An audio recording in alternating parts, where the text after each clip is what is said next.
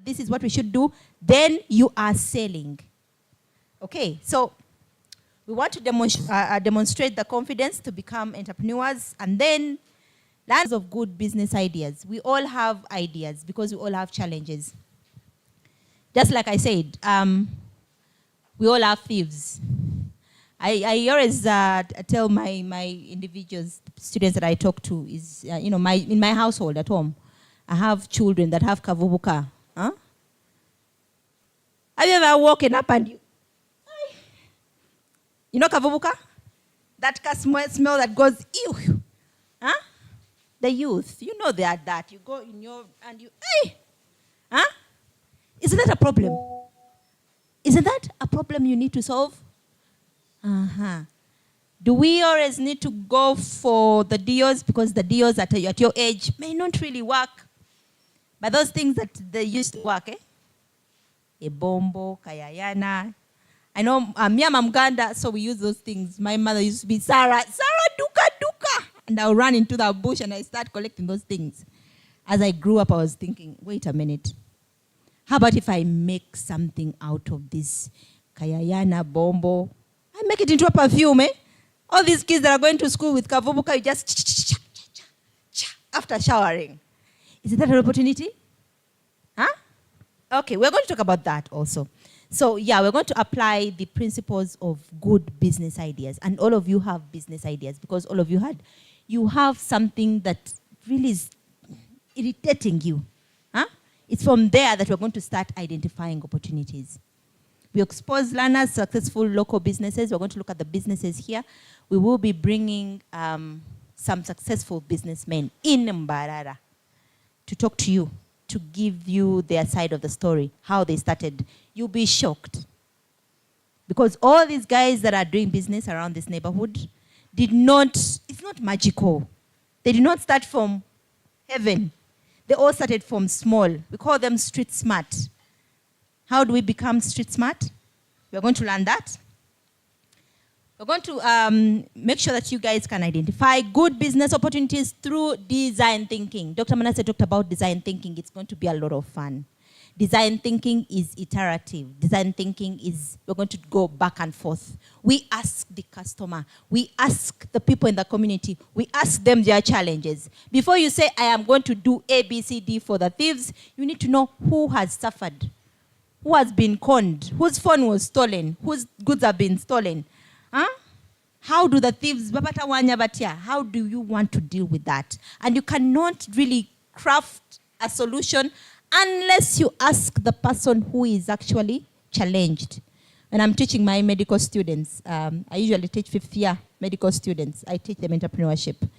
And for them, they are dealing with real issues because they are dealing with patients in the hospital. And so they see patients either having rashes or they have something happening in the butt or something in the neck. And so every time they are thinking, because they are looking at the actual issue there. Huh? I know there are engineers here. Johnson, there's a lot of engineering issues here. I was in Bombo. Sorry, I'm taking forever, but I'm coming to you. I was in Bombo for I wanted to take back my children to school, and I get to my sister's home, and she had built a stove. You know a stove, that uses wood, modern stove. I looked at the stove, and I asked her, how did you do this? She said, I brought somebody, he constructed it for 2 million. I was like, are you crazy? 2 million. 2 million you could not construct. There was no, it was 2 million. How much does it cost you to learn to make a stove? Huh? Actually, when I looked at the stove, I looked in the inside and the outside. It did not cost this person 100,000. And he charged it 2 million. All right. So, yes, they're almost here. Perfect. So learners will practice how to start a business in a lean way. We start small, we grow big.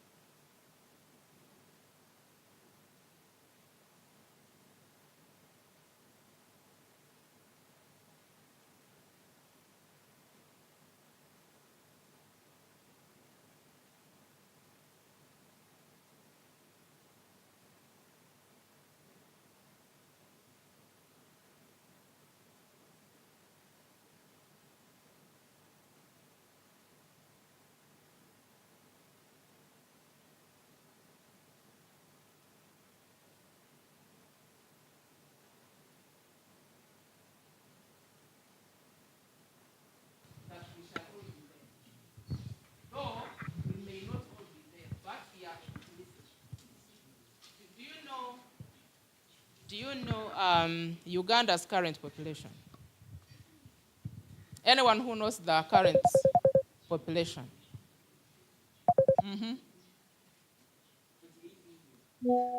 He says 48 million. Do you know how many we were in 2010?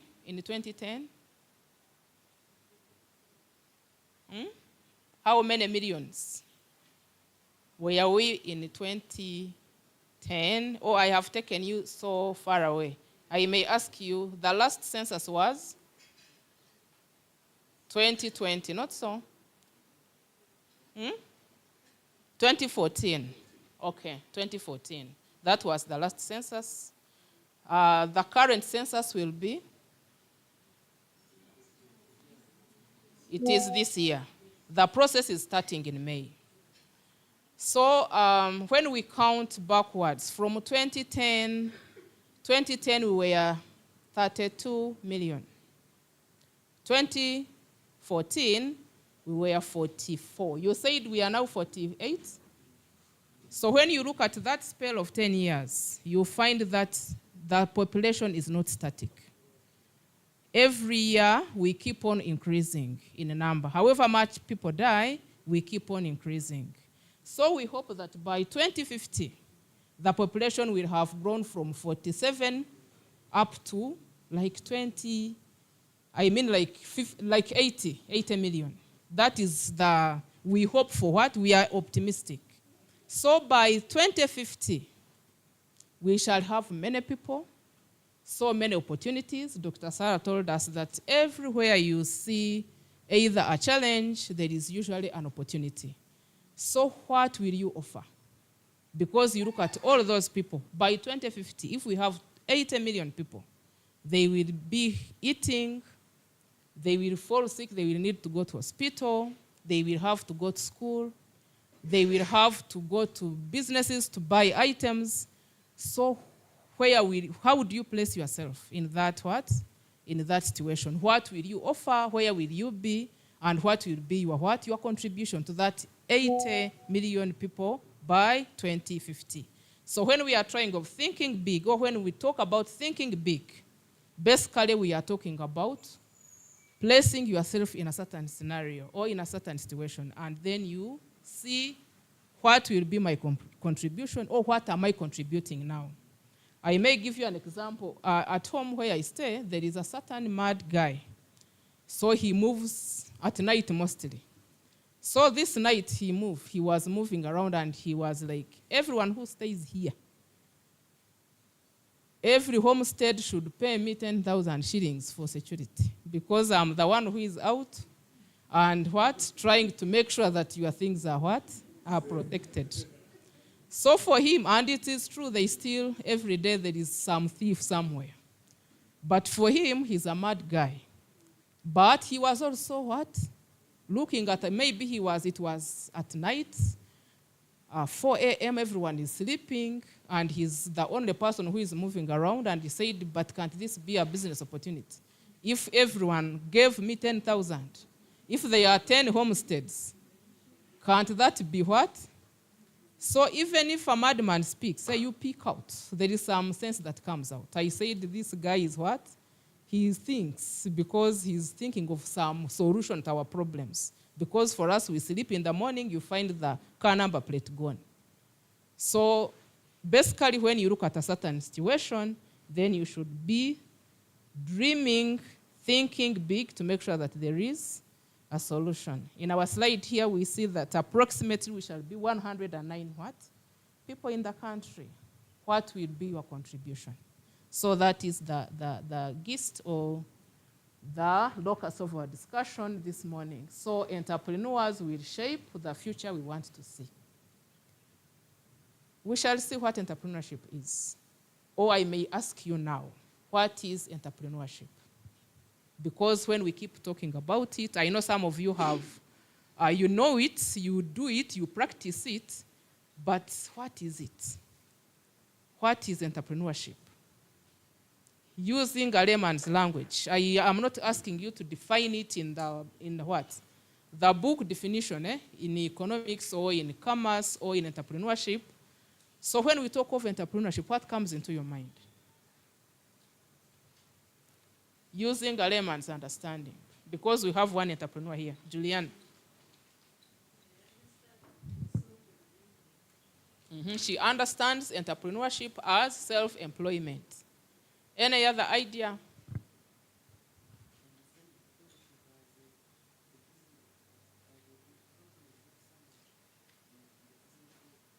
Development of someone in a business world. Any other idea? Because we agreed that every idea is right. So we build on one's ideas. Yeah.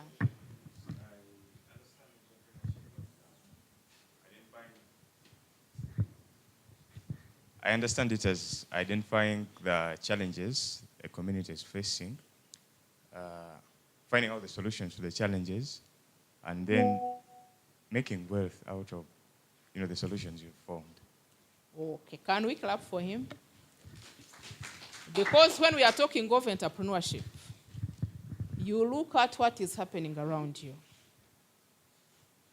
And then look at what people lack. Look at the challenges around. Because we said that every challenge is an opportunity. Every challenge that comes by offers an opportunity. Today, the lady who led us in the starting prayer, she talked of which cattle disease? Foot and mouth disease. So she said, if you can, don't take meat. So if you are an entrepreneur, that is a problem. So which solution can you offer? If you are in the hotel business, what alternative can you offer so that people don't miss meat, so that they can eat, though they may not eat the meat, but they eat something that is closer to what? To meat. So when you are in the business world, every challenge that comes by, you think of a solution that can help the what? The client or the customer. And what he added on is that that solution that you make should help you create wealth. And what we mean here is it should give you a profit. Someone will take you through what a profit is. But to a layman's language, a profit is when you earn more than what you have put in. So if you start a business, if I start it with 10,000 shillings, or if I may ask her, they said she started a business with 2 pairs of shoes, how much did you put in buying your stock? 20,000. And when you sold, how much did you get? No, how much did you get after selling your 2 pairs of shoes? You got 40. So the difference was what? 20,000 shillings. And that is the profit. So usually when we are trying to solve a client or someone's problem, you make sure that that solution helps you earn something. If you use 20,000, then you sell, you get 15,000, it means you are in what? In losses. And that also goes back to us as the youth. Someone was like, don't be a loss to your parent. You know you can be a loss? Because the parents look at you, you should be incremental in what? In expectations, what they expect from you. But if what they expect is not half, you don't help them gain half of it, then you are taking them in losses, not in what? So you should make sure that you don't be a loss, you be a profit to whoever wants to see you growing. So in business or in entrepreneurship, we define it as solving a problem for a customer and get paid for that. So in businesses, there is nothing like you are an NGO, you must get something out of what you do, and you make a profit out of it so that you can plow it back and you do something more. So again, in our mental idea, think about an entrepreneur. I may have told you to draw that person, but I will not make you do it now because of time. we somehow used much time because of settling in. But I want you to think of an entrepreneur in your locality and look at those different attributes or those different skills that you see in an enterprising person. If you look around you, do you know any enterprising person? Someone you can say, this person solves a problem and also gets what? Paid for what he does. Do you know anybody around you? So what does he have that is different from what you have? Do you see any difference? You don't. You are not from here.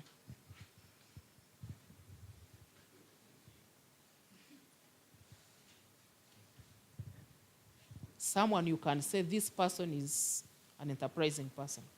Bill Gates. I want someone from here. Bill Gates, we don't know how he looks like.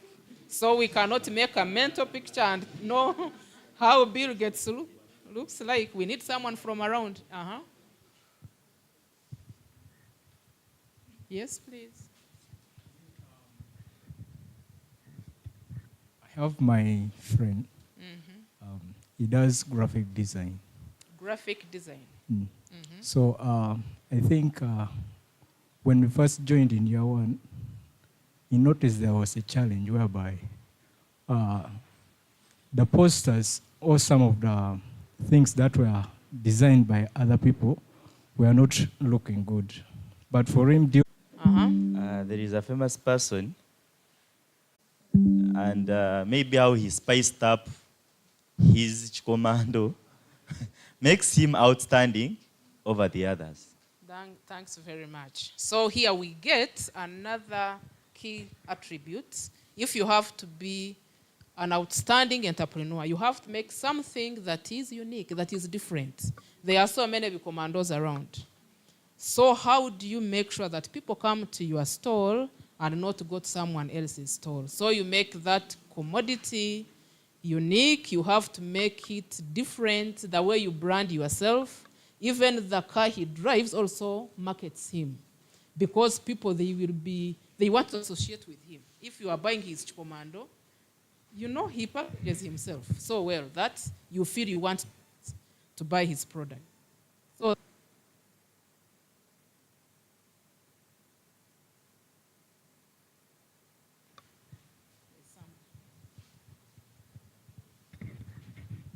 there is a neighbor of ours there in Chisenyi Bus Park. He has a restaurant. There are very many restaurants around there.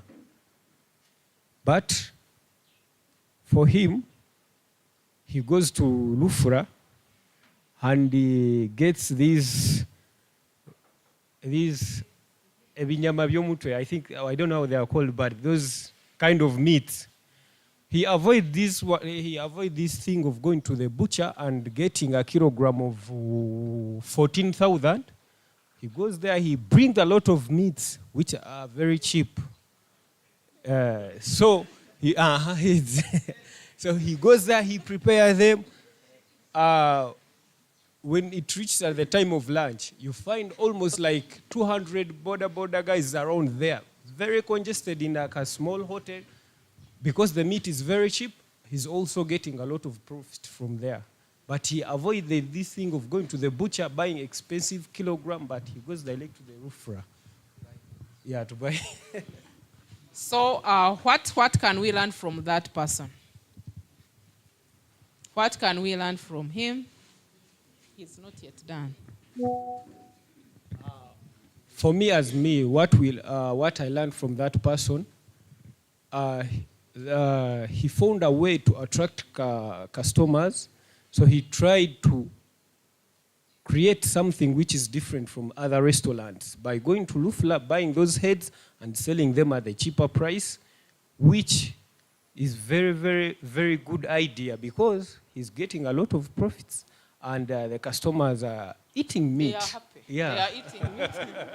Okay, that is another great skill. You have to, whatever you sell, you have to make it cheap for people to be able to buy it at a reasonable price. You don't have to have it so expensively But again, when you make it cheap, you don't compromise quality. You make sure it has the best quality, but you use the least production costs to make sure that you get as much profits as you can. So his creativity of going to Rufra instead of going to buy from these gazetted areas, and you know, the heads of cows, not many people know how even to prepare them. They are like people who sell molokoni. Have you ever seen a person who sells molokoni? You know, those people usually have long lines of people who come for molokoni because they are medicinal, they are cheaper compared to the other types of meat, and people make a lot of money.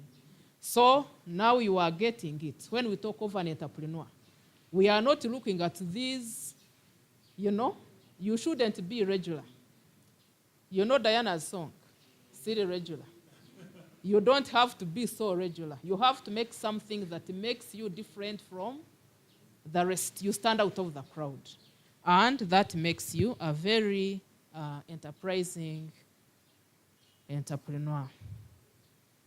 So this is a question when we say, which skills do you want to gain during this training? Those are the skills we are trying to identify. Which skill do you want to come out after this training? And when you think of any business idea, then you have to make sure you think about it. How am I going to be different from people who do the same thing? Because we are so many people have business ideas. That is when I read a meme, WhatsApp meme. Someone was like, this year, there is no business I have not thought about doing. I even thought about setting up a police station. So I was wondering, police station, and I don't know how he was going to make profit, after setting up a police station. So many people they sleep and think, what can I do? Because the economy is tough, so many people think. And you can fall prey of their ideas. Many people think about even making business out of you. They can even transact you.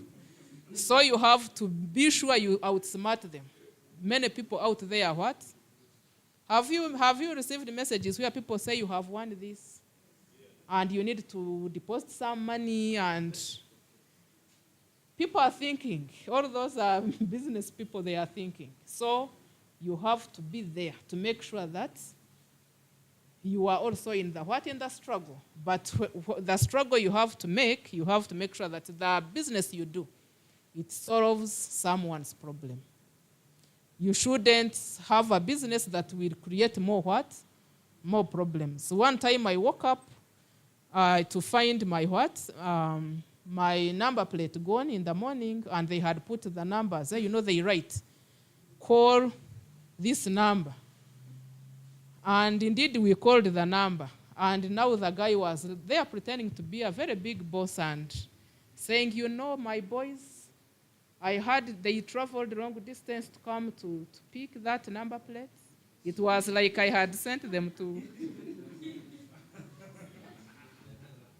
And you know, it is my office mate, they took hers and they were like, you know how it is difficult to climb over because she has a long fence. She said it is very difficult to disorganize us. I have to employ six boys to come for that number plate. So you have to pay to make sure I pay my boys. So you see, so that business is not solving people's problems. Instead, it is adding on yeah, so the solution you make, it should solve a problem of somebody. But you make a profit out of it. We shall look at case studies after this, but I wanted us to think of that business idea. We have seen what entrepreneurship is. We have seen the different skills we need to be good entrepreneurs. So if you have to sit and think of a business idea, where do you get that idea from? Some quick answers. Where do you get a business idea? We have been talking about answers, but I want them to come out.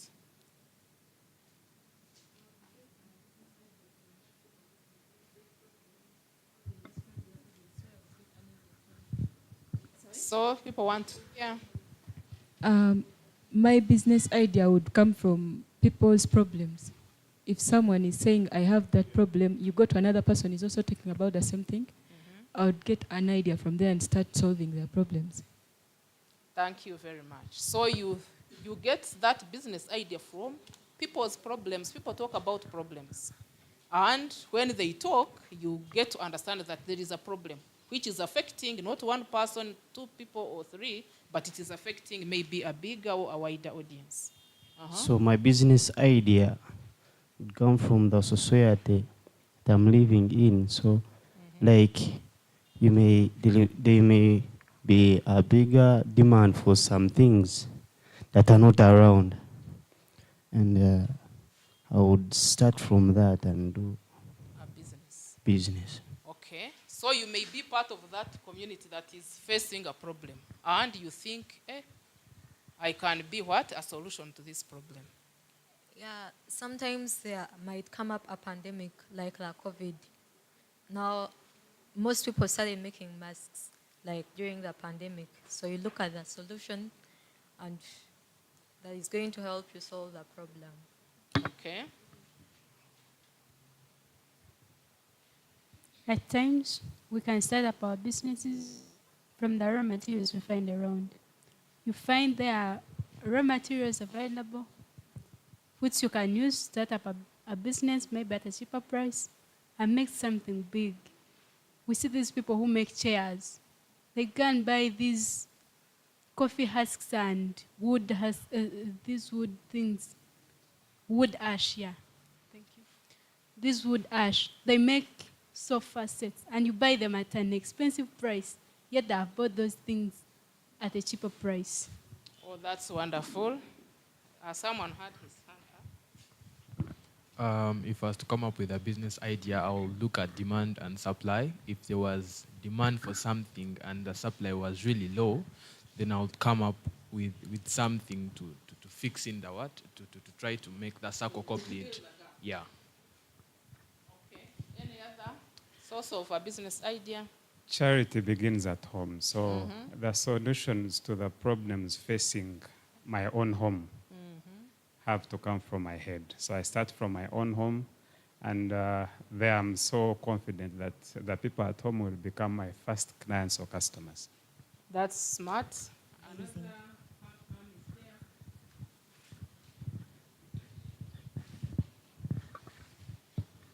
Another source of a good business idea is projecting what problems there might be in the future. For example, I'll give you an example.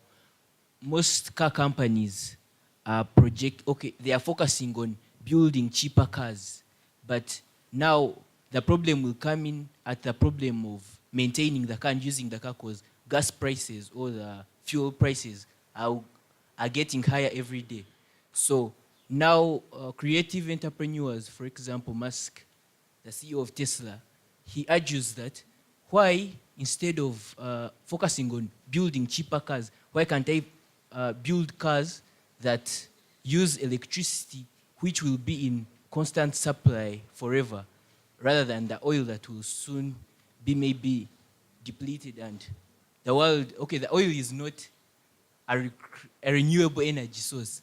So you can project of the problems that will come in the future. We have not yet reached the stage where we are out of gas, but it will once happen.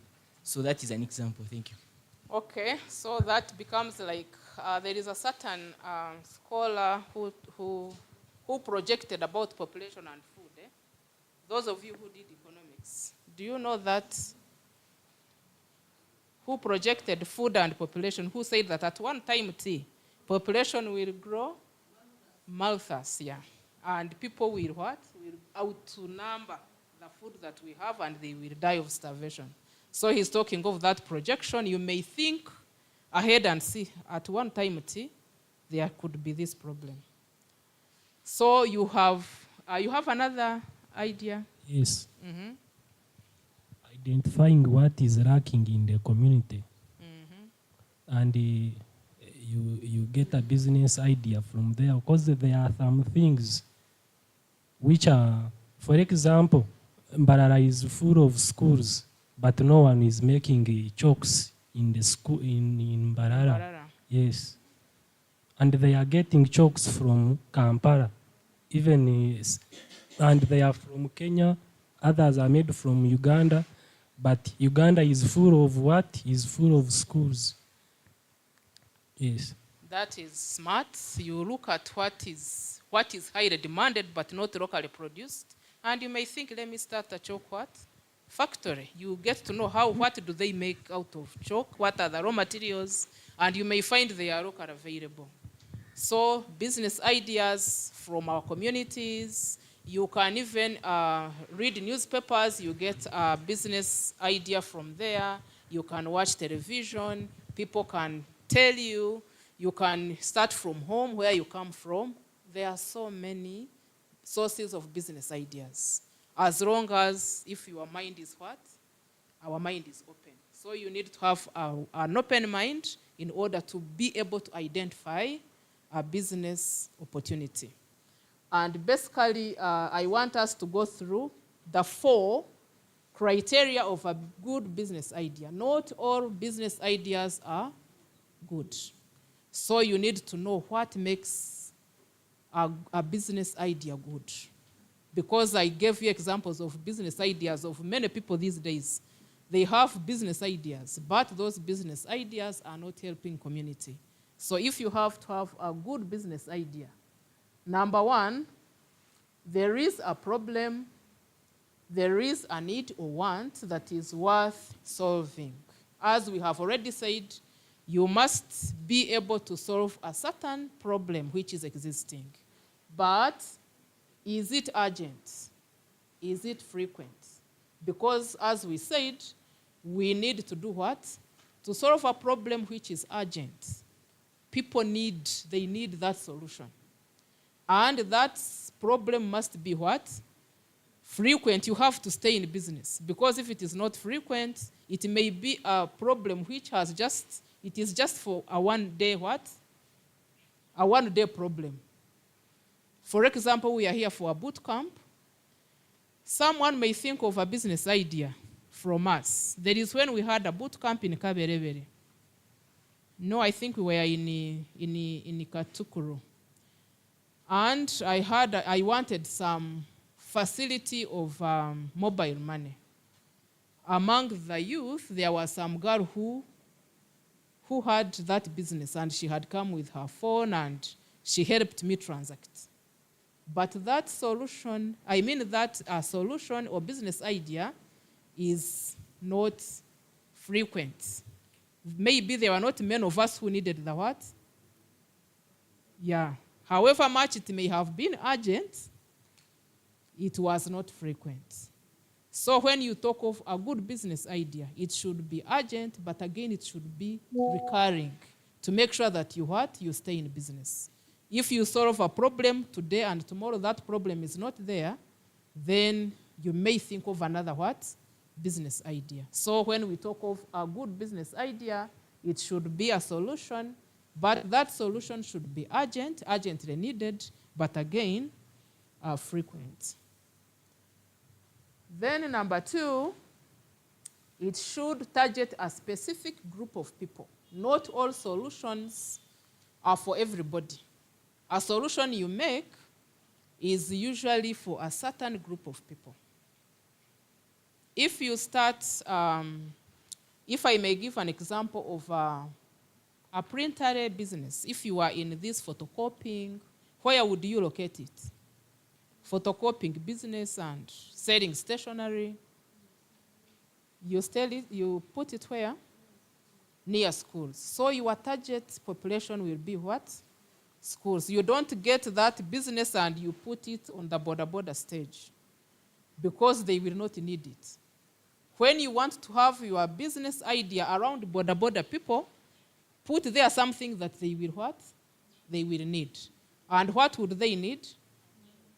They would need a garage, they would need that commando, they usually take porridge, tea, and that is his lunch. So, yeah. They need the jackets. You may think of those, they call them what? The lighter, are they light what? Reflectors. Yeah.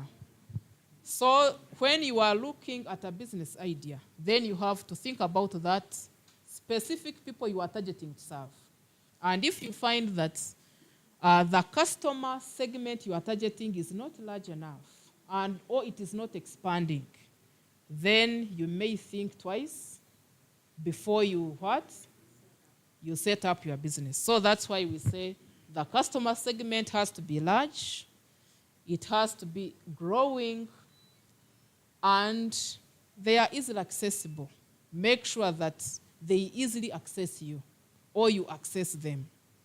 If you want to start a border business, make sure you target places that are busy. Usually you see them at points where they are what? They are junctions, where there is a petrol station, where there is maybe a park. So they make a stage where they easily access the customer and the customers easily access them. And you may be part of the what? Part of the market for your product. So that your what? Your business is what? We call it the flowing business. It is not for now and tomorrow there is no business. So that is number 2, where you have to target a specific group of people. And basically customer segmentation for that point, I said you never target everyone. A business is usually targeting a specific group of people. So you may not just say, let me put my business here and I target everyone who will come. You have to be very specific and you have to be targeting a certain specific group of people. So we have B2B, selling to another business. There is when you start a business and you are selling to another business. Do you know some businesses that sell to other businesses? E.g., a wholesale shop sells to a retail shop. The hardware may sell to the end user. A person selling flour, selling to the Rolex guy. Okay, there is even when you make Rolexes and you sell to someone who has a what? A hotel. So that is a business selling to another business. Then B2C is when you are selling to consumers directly. You make a product and the end user is the one who is your customer. Then B2C selling to government. That is when you supply the government. For example, you may what? You may supply this how do they call this? Where we are? Is it division office? Or it is embarrassing?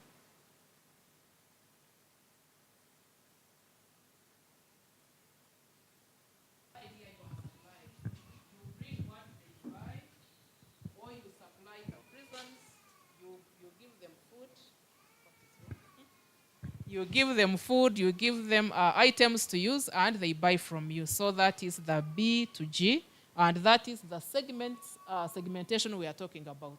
You may target a customer, you may target another business person, you may target the government, and you provide a solution in that line.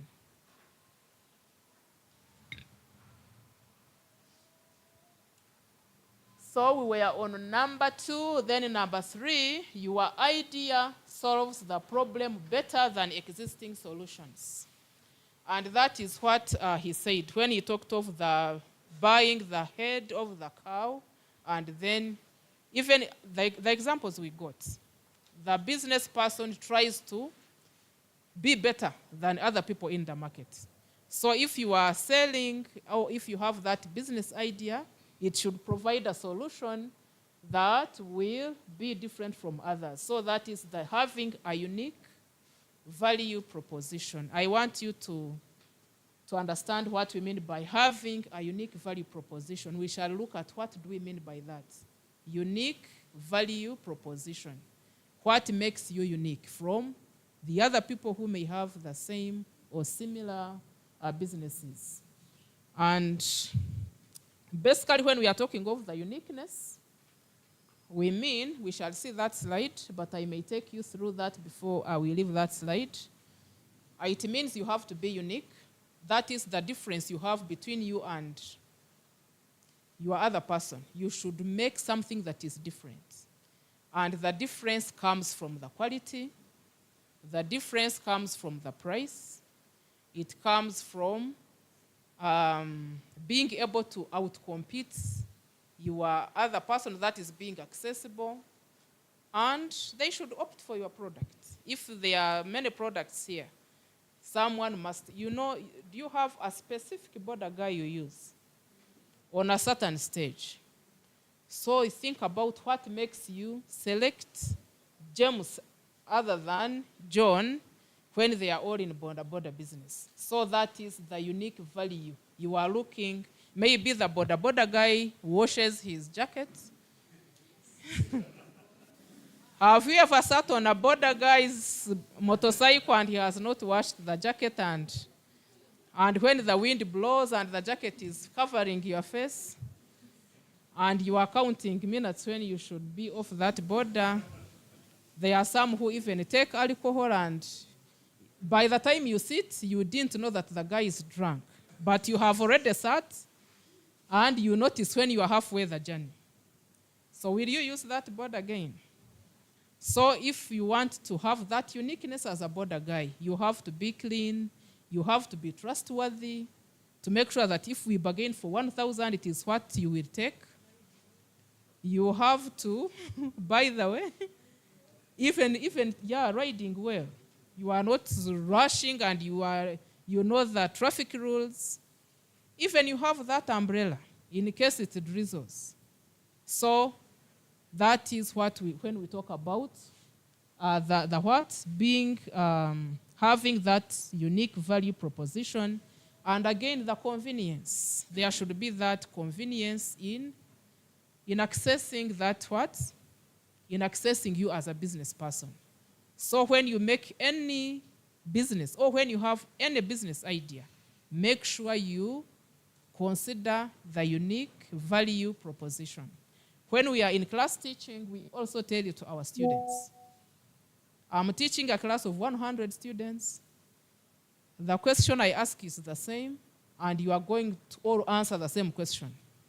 So what will make you a better student than your neighbor is that unique value proposition. Because you were all in class, you were all there when I was teaching, and you are answering the same what? Question. So what makes you unique is your presentation. When I look at your script, before I start reading it, I should have that first impression. How do you make your paragraph? How even your handwriting? That is when you get a script and someone is crossing, and you feel tired before you start. So you think you will compete with someone who is very smart in presentation. So the first what? Impression matters. And you make sure that you are so many out there, and they are all looking at the same opportunity. So how do you stand out to make sure that what you put in the market will have the people to come for it? So that is the value proposition we are talking about. So the unique value proposition, UVP, is the uniqueness to its customers. The customer should choose you over the others. That is choosing you over the competition. It should solve problems of the customers. Should be cheaper, better quality, convenience, faster, and it should give someone a better experience, a better customer experience. One should come out satisfied. Do you know in economics what we call utility? Utility. The satisfaction you get after you consume a product. So if I consume your product, I should come out satisfied. And that will make me go back because I'm satisfied. If I sit on your border, and when I reach where I'm reaching, I should what? Go back and say I want the other border guy. If I use a certain bus, I should get the what? That satisfaction. So that is the uniqueness we are talking about. So that is the same thing. And those are, then the last one, the fourth is you earn money from it. And that is also very important. A good business idea is that one that makes you get something. People should pay for it.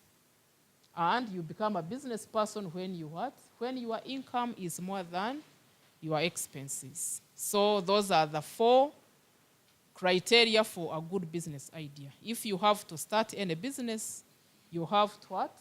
Think about all those. Is it a solution? Is it targeting a certain group of people? Is it better than existing solutions? And again, is it giving me some what? Some money. And that will help you select the best solution.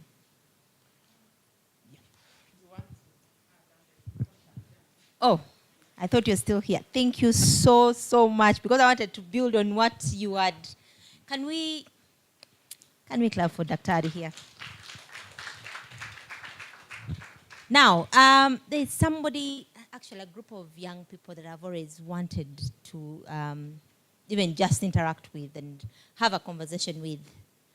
And today, these individuals are right here. Sankara, how are you? Please, don't sit. Come here, please. This man is an entrepreneur. We are going to start sharing case studies. And before we get into a case that is somewhere very far, before we get into cases from Malawi, from other places, and maybe from the global other places, we have cases right here. And I'm looking at this case study. This is one of the big case study we don't want to miss. Sankara, you've seen what Dr. Adi has been presenting, that there is a problem, a need, a want, worthy solving of a specific customer segment that solves a problem better than competition. Please take us through your journey. Maybe, I don't know how much time you can give us, because all these people want to know. How do we have these machines? How do we have all this? This is a serious business. Please. Thank you. Thank you. Thank you very much. A very good afternoon, ladies and gentlemen. Is it afternoon yet? Yes. Ah, sure. Thank you. So I'm Sankara Biaruhanga, born and raised on Mbarara streets. And fast forward, I've gone through the same stages. Definitely, like you can see, we might be under the same age bracket. But while at Mbarara University of Science and Technology, and that is not so long ago, that was 2018. Because of what I was involved in, well, back at the university, I was in politics. I was more of our youth chair here, guild, contestations and the rest. But out of those, one radio station that you know very well, Cruise FM, spotted me, invited me around, and I started my career there.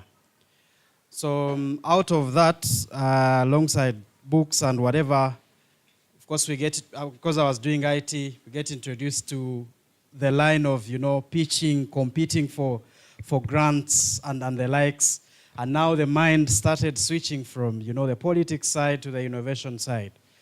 And it was by that time I had a colleague called Ronald. We got some simple funding, and started what you have always had as a hit, as Empower Youth in Technology. But while the journey was moving, the passion I had from Cruise, the presentation side, is now coming. I'm talking about time of 2020. COVID-19, someone mentioned COVID-19. I'm one of those guys that thank the Lord that COVID-19 really had to a little bit come. I'm so sorry, and may the souls of those that we lost rest in peace. And very sorry to the families in case you have someone that you lost to the disease. But while COVID-19 came, it found me recording interviews. I had something that I called Startup Talk. Because I was introduced to the innovation side, I would now move to record people, young people who had something that they had started. And we would use phones, of course, poor graphics and the rest. So when COVID-19 came, they closed everything. And of course, also with the heat, we are not doing much. Now it gave me some time to look for more people and start recording. I had met the barriers and the likes. People had started liking the show. But one thing was I think, the highest, the climax. If you remember Sevo Papa, the president of the country, he had many addresses, and there was this common of, therefore. Yeah? So one night he says, therefore, barrios, you can call your family, call 2, 3 people, you don't have to call other people. So gatherings were, closed. Churches, like for the first time, someone says, don't go to church. And there came a need for live stream services. Fast forward, we went through REN and learned how these other guys are doing it in Kampala, Kenya, and the rest. We found it was a very, very easy process. You only need to have a camera, and the software is free. Have your laptop. We already had laptops, and move through. If so-and-so loses someone, a family member that is in Rwanda, that is in Kampala, that is in I don't know where, and is not allowed to travel here, should be able to follow live. And that's what we did. We would move in, captured 2 services with All Saints Church, and you can know how many people pray from All Saints. Every other time, Bobs would say, and the likes. So whoever lost someone, they would call us. We live stream the burial. Families follow, comments are through. Someone from the USA gives speech at the burial. And there is a specific area we went to around Chiruhura. It was a wedding. And we had the next 5 of them coming from that side just because someone would say, Nankana chikora, nyoni nyanga kuchikora. That competition bit of, the other family connected someone from Kampala to address, and he didn't come, and why can't I do that? But fast forward, that's how we get into it. The thing gets to be a little bit profitable because there's no one else doing it. You set the price the way you want. Must had very many activities. The church gets to have many activities, and before we knew it, the whole business was actually up there. And one would say you had money to buy cameras and the rest. The truth is absolutely no. Why I started with, I grew from the Mbarara streets is because I almost knew almost everyone that had what equipment. So get a gig, run there, give them their 50, pick a camera, come, go work, return their camera until you're able to, buy your own and the rest. And you know what now that has grown into? We are now, you who listen to Cruise FM, of course I'm sure some of you really listen to radio. Echisawe, the live games, football. The political show that is called Big Seat. So now the service has grown to a level that we move into the radio station and visualize. Because you see, if I asked our age and other people that are busy, the last time they listened to a radio, there are not so many people that listen to radio stations, but at least most of them are on YouTube, are on Facebook. So what we have done is now move in, visualize the whole thing. If you have a talk show as Mbarara University of Science and Technology, we are saying, pay us some small money, move into the radio. We bring in the cameras, stream to your Mbarara University page, the radio page, and our page. That means that radio is no longer only a listen-only option. People can still watch you, and they can still access information after. So that has also been a game changer now. Talk shows are being, streamed. These guys come for you and the rest. Of course, you'll be able to get through the business model canvas. There are other many revenue streams around the service. It's not only live stream. I'm just bringing it out because I had to explain the problem. People were not allowed, for instance, to attend the events. Some of them are far, and then we came in with a solution. But trust me, there's quite a lot that we have created around the whole service. We are not here, I think, until tomorrow. I have some other ventures, but particularly this really brings it out and I think is very, very relevant. Thank you. Thank you very much. Thank you so much, Sakara. We wouldn't want to miss that information. Now, when you look at the 4 criteria of a good business idea, let's try to think. What was the problem, first of all? The case study is creative media / AIT.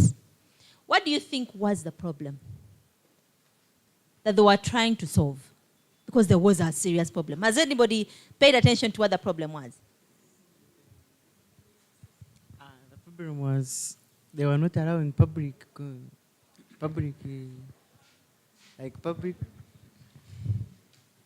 people to gather around, public gatherings. So people were not supposed to gather around. I lost a sister in 2021. Fortunately for me, I was able to go to Entebbe and at least attend to that burial. But I'm just imagining I was stuck in Mbarara and my sister had to be buried.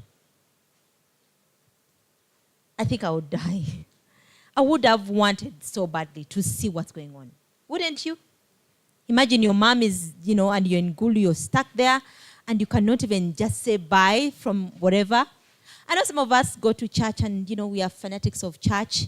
You would want to see Pastor Ujingo going, hallelujah, and you're like, okay, seeing him somewhere gives you, at least I'm in church. We didn't go for Easter, remember? Huh? You missed the church on Easter? Who does that?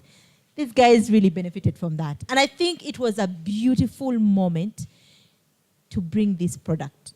The product comes in and it was solving a problem. Now, what Prudence was talking about, it has to be urgent, it has to be frequent. It must be impacting a particular segment. And I think what they were solving was impacting most of us. When it talks about the customer, sorry? Oh, yes. I graduated during COVID, and during COVID, it was only the PhDs. Not even the master's students were supposed to be at the graduation grounds.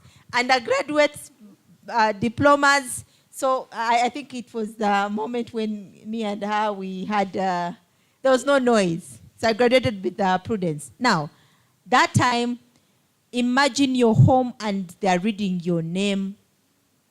They're reading your name and you're not there.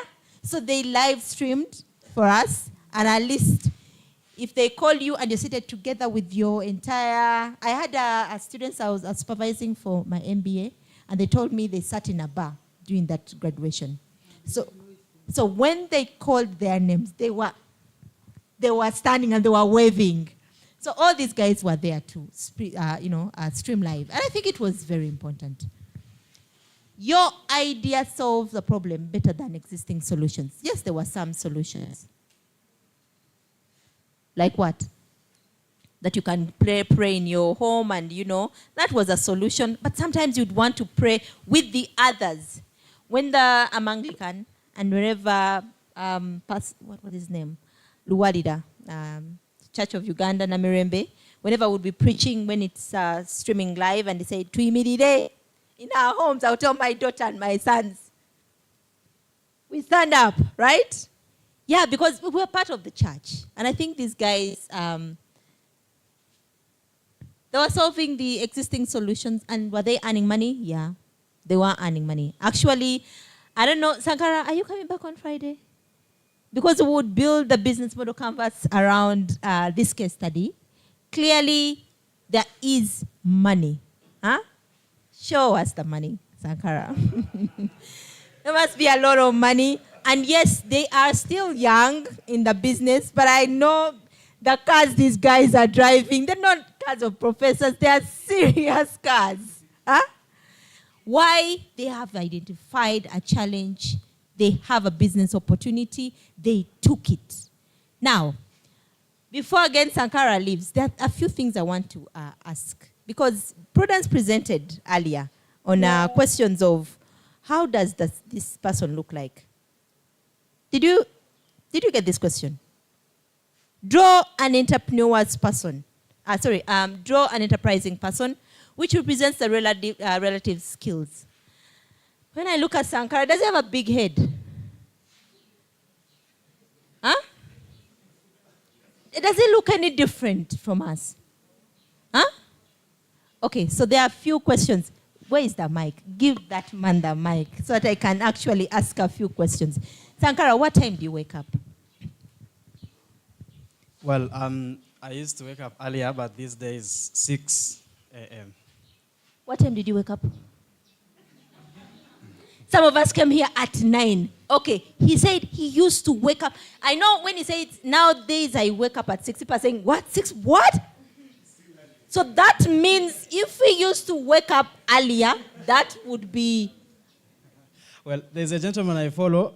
He's a newsreader called Chamagelo. He also has a radio show in Kampala. And at 5 a.m., he has a show that he calls 5 a.m. Club. So I had set alarm to make sure I attend that because there's a lot of challenges there that he's sharing. Could you pause? More of motivation. Besides, pause. Besides the waking up early, he's saying right now what I'm hearing is that he needs to update his information every single day. So he does what he has to do. He does whatever to get this information.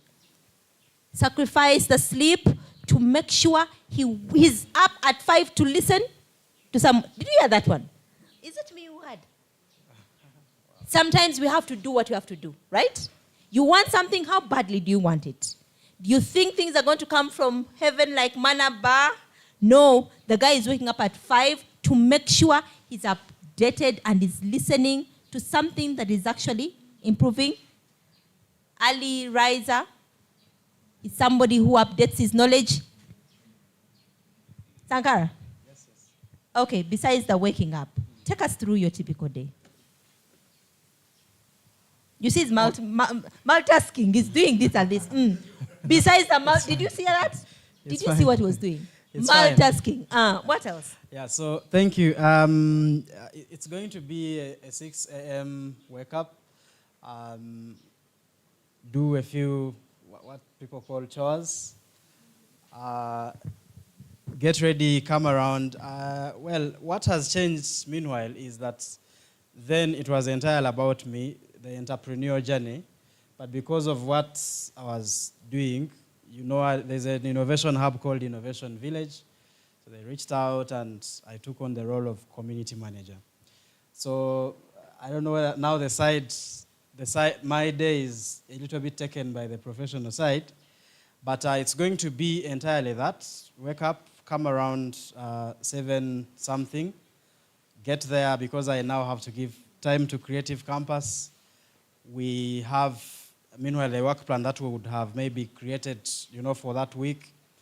And each week, of course, is you break it down through each day. I'm going to fire you. I'm really going to fire you. You're supposed to be writing, Where are what are they called? Keisha, I need somebody to project so that we don't forget. I'll be reminding you of what Sankara is telling us.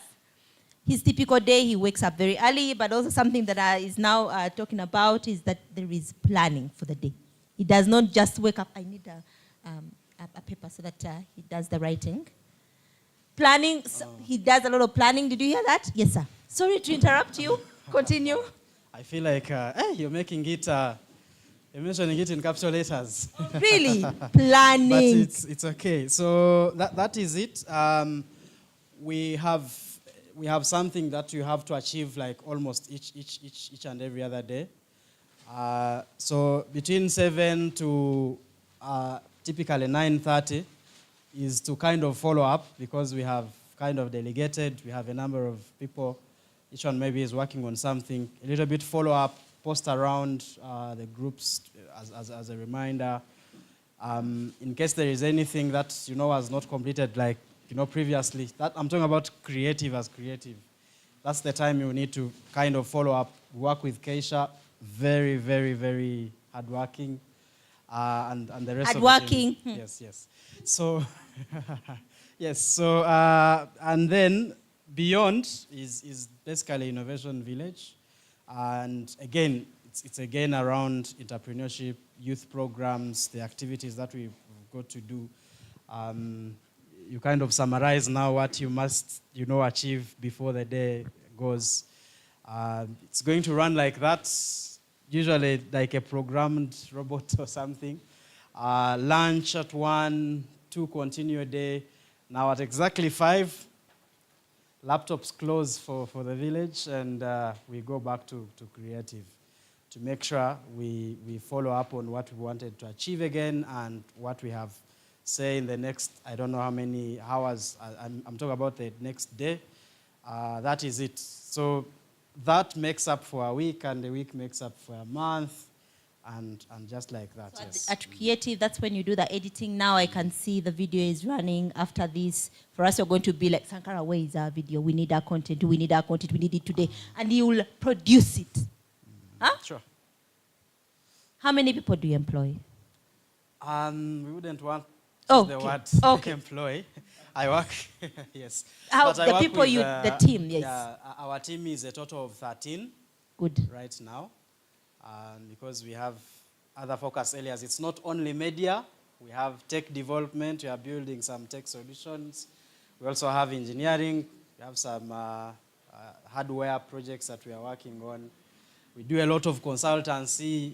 A lot of our young people are out there teaching, because we have a partnership with Innovation Village. So that's it. That explains the number.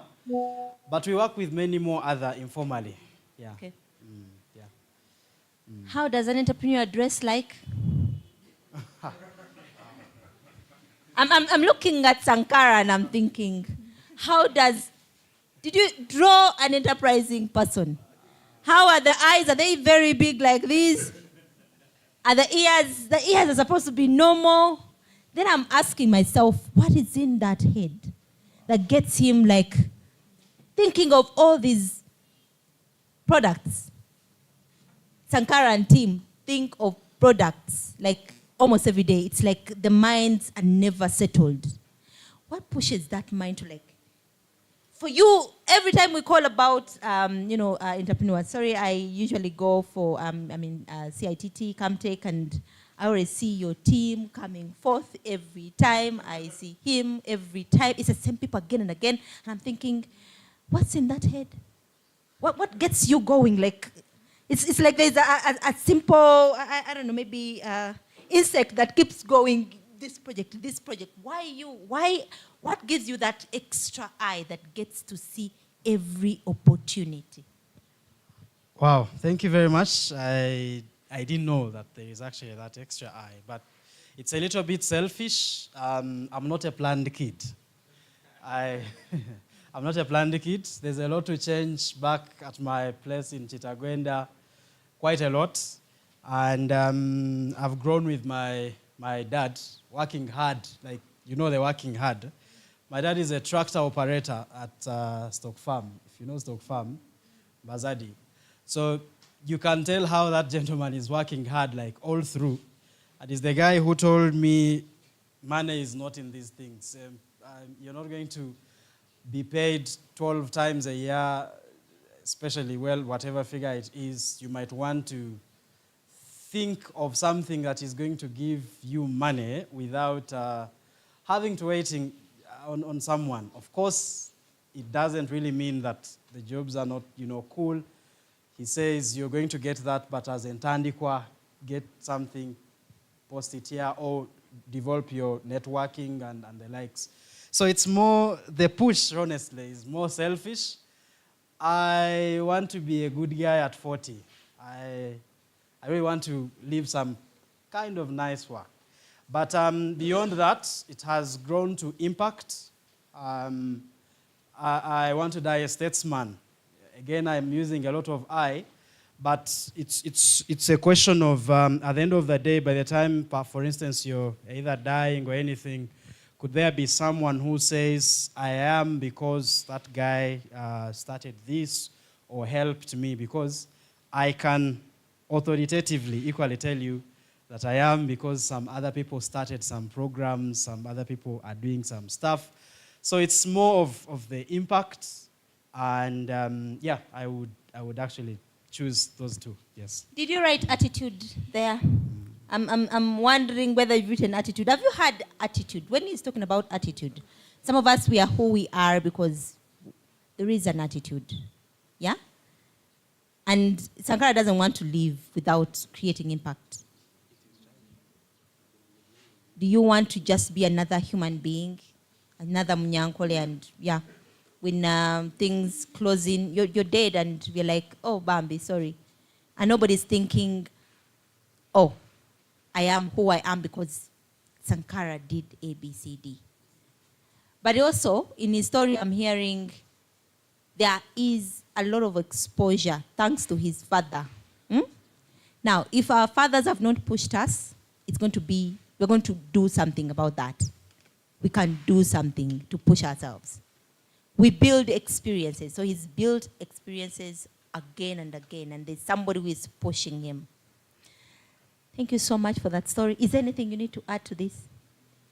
Is there, no, before he answers that, anything you can think of that this man, what makes this person really stand out?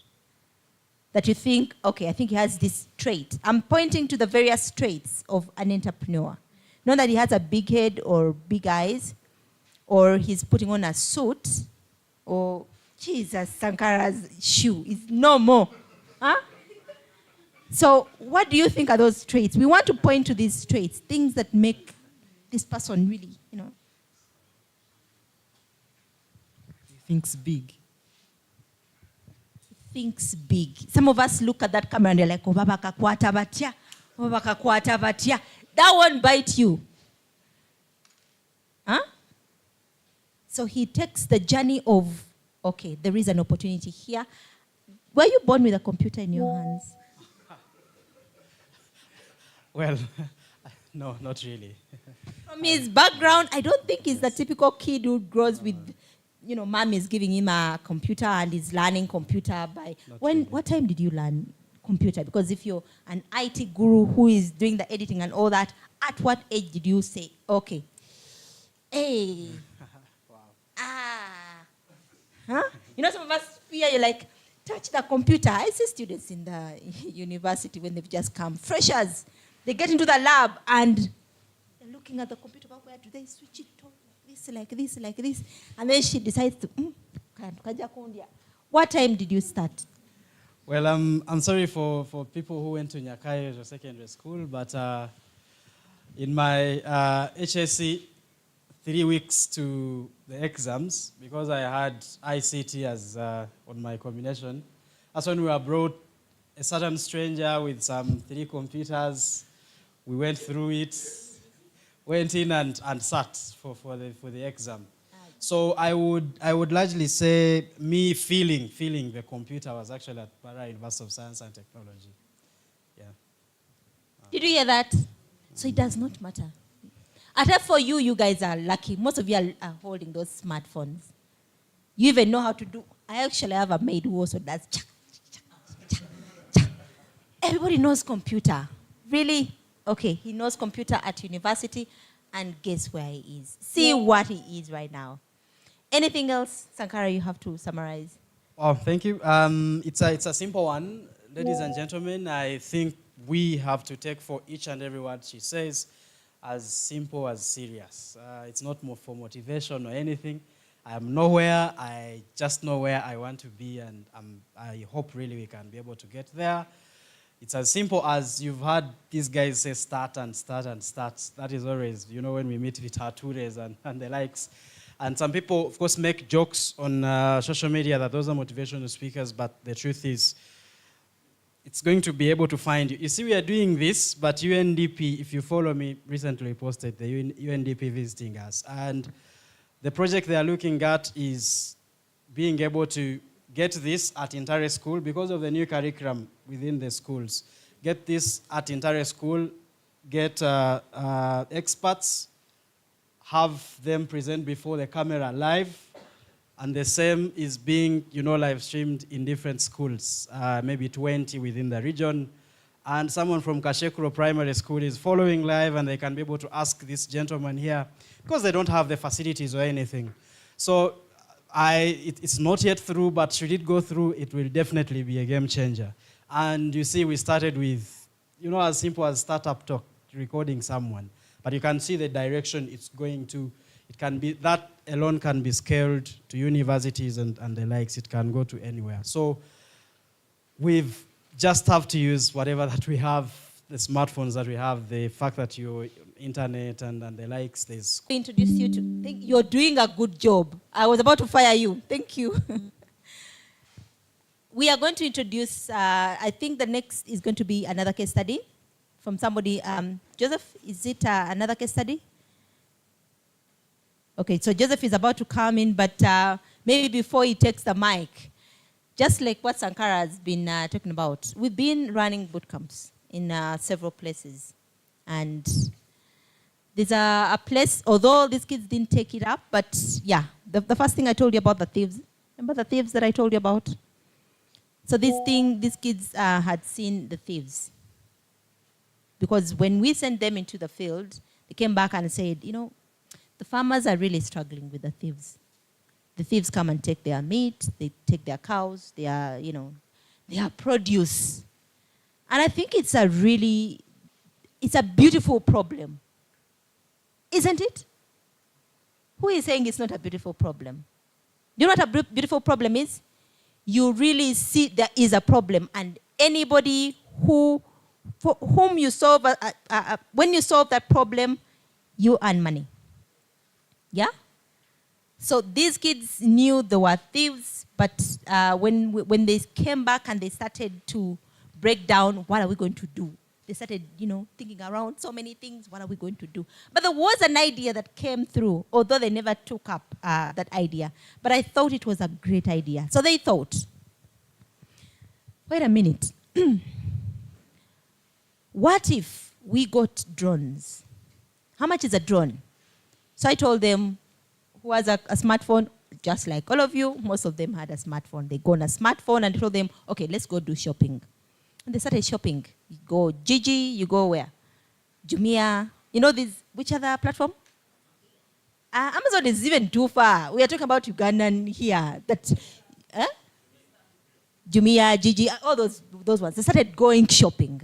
And then we noted that most of these drones, they range between 200 and around maybe 2 million or something. So we were like, can you zero down on those of 200, 150 to 300? And they looked at these drones. A drone is, back in the day, we used to think, oh my God, just like a camera. But guess what? It's not rocket science anymore. Huh? So they were thinking, what about if we buy these drones? And can we power these drones with one? It can be a little bullet, not to kill, but a bullet. Two, we can power another drone with cameras. Huh? And sometimes these drones are very tiny, it's like a bee. You don't have to, It's like a bee, you put a camera and you can put a kasale in there. So what were these guys going to do? Actually, they're going to sleep even in the night. They can actually control these drones with their phones. Huh? It's not rocket. Again, everything I'm saying is not rocket science. So what were they going to do? They're going to make sure they do their science and power these drones, and they can control them with their phones. And in the night, the drones are let to move. Huh? I want you to think about that for a moment. It looks like a silly business opportunity. But just try to imagine you go to all the neighbors and you tell them, you don't have to worry in the night. We are going to be in charge. So in the morning, the drones are now brought back, and you look at the phone to see whatever activities took place in the night. They find you in somebody's lusuku cutting a banana. So for them, at first they were thinking, how about if we name and shame? You know naming and shaming? That we have this WhatsApp of the chalo, WhatsApp for the church, WhatsApp. So they put that video, whoosh, on that day. It goes all over. And you know the thieves, the people who come to steal us are the neighbors. Imagine all neighbors see it was Nobel, it was Jacob. Huh? Everybody sees you going.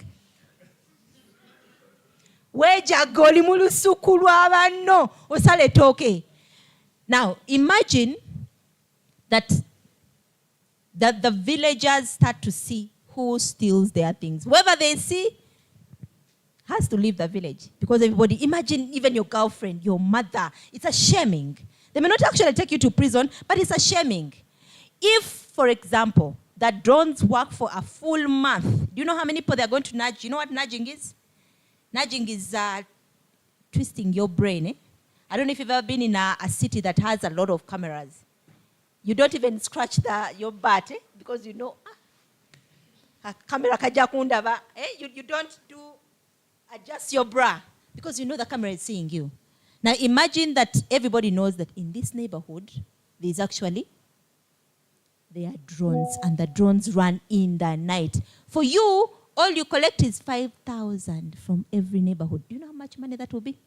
And how much investment have you put in? Think of a business idea. Huh? Joseph?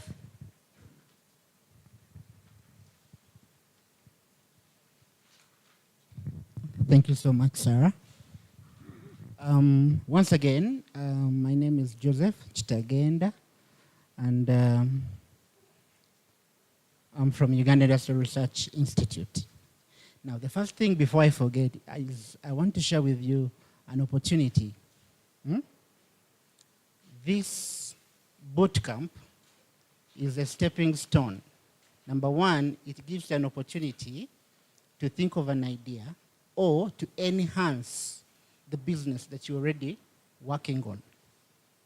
Through these 5 days, we can help you refine your business and it becomes better if you utilize us. Okay? At URI, I work as the business development coordinator. We support so many businesses from scratch, from idea. You understand? I want to tell you today that after these 5 days, if you are done and you have a powerful business idea, and you're willing to start and move it to the next level, you will get all the necessary support that you need from MAST and from URI. Okay? Right now, if you are a lady or a woman in business and you have a product that you're doing already, before the end of the 5 days, make sure you register with me. So those of you who are not already in business, okay, but you can create a group or you can start a business after these 5 days, okay? Make sure you start that business. I want to come back here. Must would want to come back here and see that you are growing. Okay. Akalango kawedde. They told you, usually I do my sessions in Luganda. I hope everyone understands Luganda. You do? No? I will mix. But the reason I do that is to make sure that I reach to you. Okay? I reach to you. That is what I'm interested in majorly. Before I forget, the other thing, a case study. We are going to break out in groups, okay? I'm going to give you one sheet of paper. I want you to focus within 5 minutes. You read this sheet of paper, you analyze it, and then we discuss it. Now, it is not just a sheet of paper, but it emphasizes or re-emphasizes what you have learned since morning. Are we together? So, twagamye nti tugenda kusomesa nga tuyita mu case studies.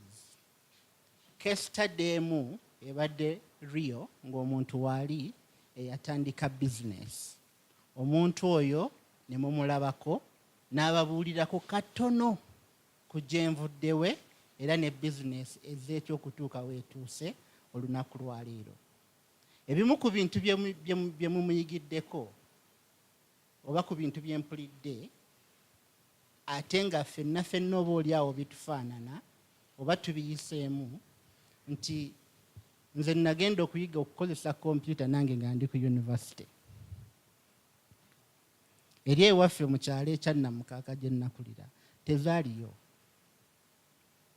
okitegedde tezaaliyo naye te bwe natuuka ku yunivasite n'ensalawo nsome business computing oba kitegeera olwo olugero olwange nja dubanyumiza olunaku olulala. Okay, we still have 5 days. Ayagala odduwulira, make sure you come back. So kindly share. I hope we have enough.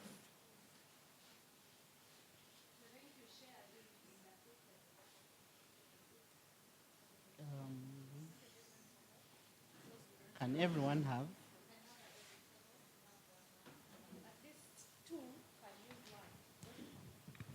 Okay, I'm going to do 5 groups. I don't know how big they will be.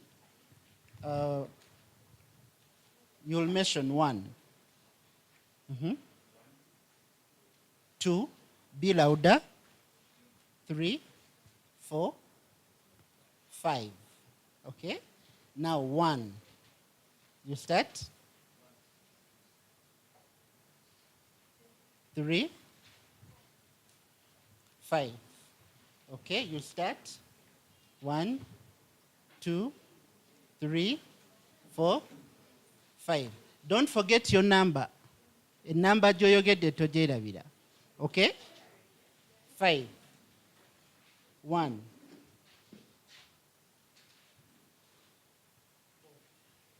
5. Okay? 1.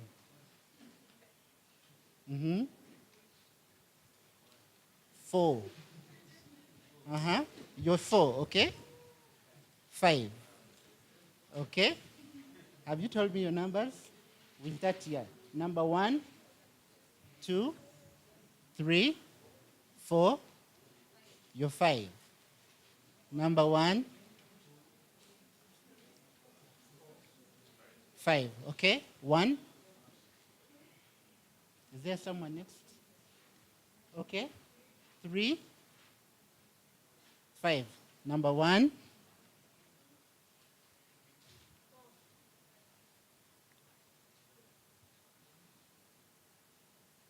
You're number 4. You're 3. And then she is 4. Second day. You're number 4. Is there someone else? Now, all the number 1s, group yourself according to numbers. If you're number 1, go to the group. I want you to find where to sit as a group. Number 1s, number 2s. Number 2s, where are you going to sit?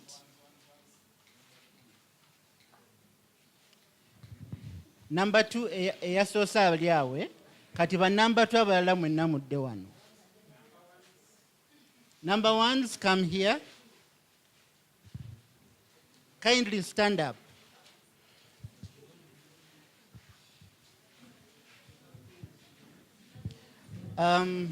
One of the things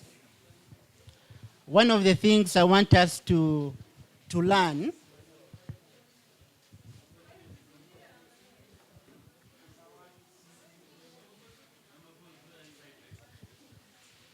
at least muyimirire mwekuŋŋaanye mmanye nti temujjaawo mbawulirawo genda.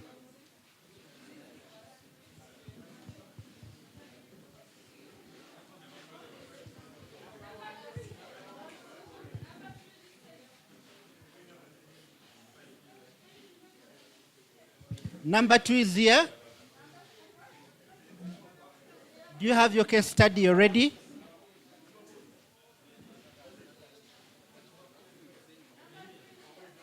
Some more case studies?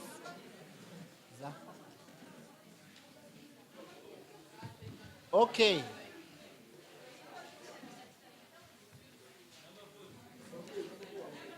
If you have more than one as a group, first give me some.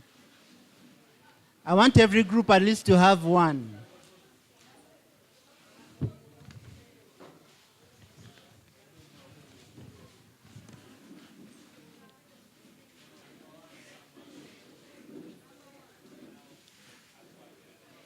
I'm going to request my colleague Miria to give each group a flip chart. So we pin up those flip charts. Okay. Now we are going to go into silent mode. Okay? We are going to go into silent mode because I want everyone to be able to concentrate. I want everyone, since we are very few, and maybe probably we do not have enough case studies, some of us are free to go and sit in the tent outside there. Okay? So we are going to break out. But what I want you to do is read that story. Okay? Read that story and relate it to the 5. Do we have the remote?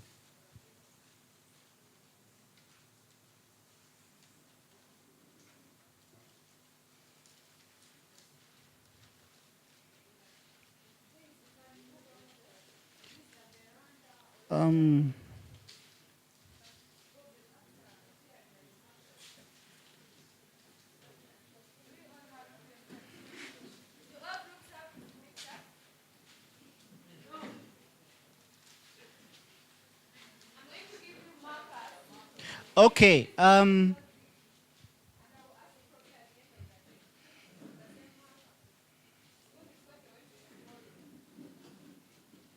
Kindly listen to what Kesha is saying. Make sure you keep that marker and return it after, okay? Because we shall keep using them. The other thing is, I want you to read that story in relation to the 4 criteria of a good business idea, okay? In relation to everything that has been spoken this morning. I'm going to give every group only 5 minutes. 5 minutes. And I will tell you that we have started. Okay?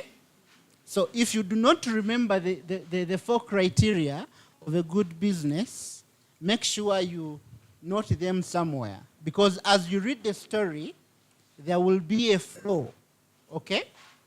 There will be a flow. So you should be able to notice that I think this is a good criteria. I think this person is following or not following. I think you understand. So this time we are using a written case study about a certain person who was starting a business.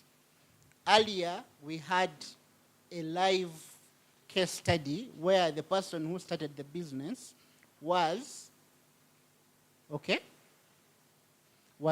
telling us about the business. Are we together?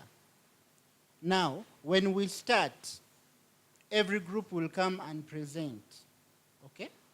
You tell us what you have realized in this case study about the entrepreneur in that particular case study. Why? These case studies should show us that we should learn from them. Don't just read, okay? We should be able to learn from them, such that we do not repeat similar mistakes. Just because we didn't have sufficient time. Sankara had challenges on the way. I hope you can be able to share with us the challenges in the afternoon. I will create a minute. Okay? So, kindly get enough space. Get someone who knows how to read, such that if they read as you listen, okay? And then you note, as a group, you note the points in relation to what you have learned in the morning. Then my discussion will start from there. Any questions?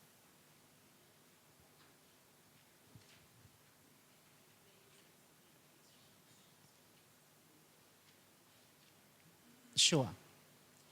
There is step 4. Discuss the story of Kabagenyi's tree nursery.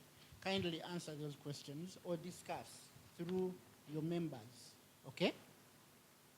And then when you come and present, you'll be presenting the discussion at section 4. Okay? but be brief and to the point. Byonna mubikole, okuyiga muyige, ate mujje muyige n'okukola ki? N'okukola presentations. Mukitegedde? Ffenna tubeere ba entrepreneurs ab'omulembe kubanga twagala Uganda ey'omulembe. Si bwe guli? Wano bababuuzizza ekibuuzo ne babagamba 2050, what do you want to see? How do you envision your country? By 2050 nja kuba nina emyaka 82 oba 84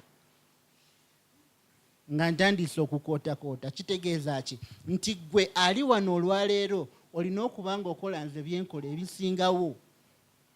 Nze nja kuba ndi mu retirement. Si bwe guli?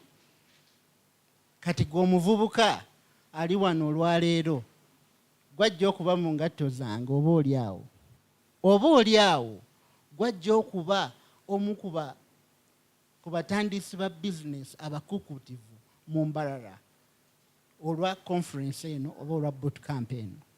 So take the time off and let us go through that session. 5 minutes, we have started.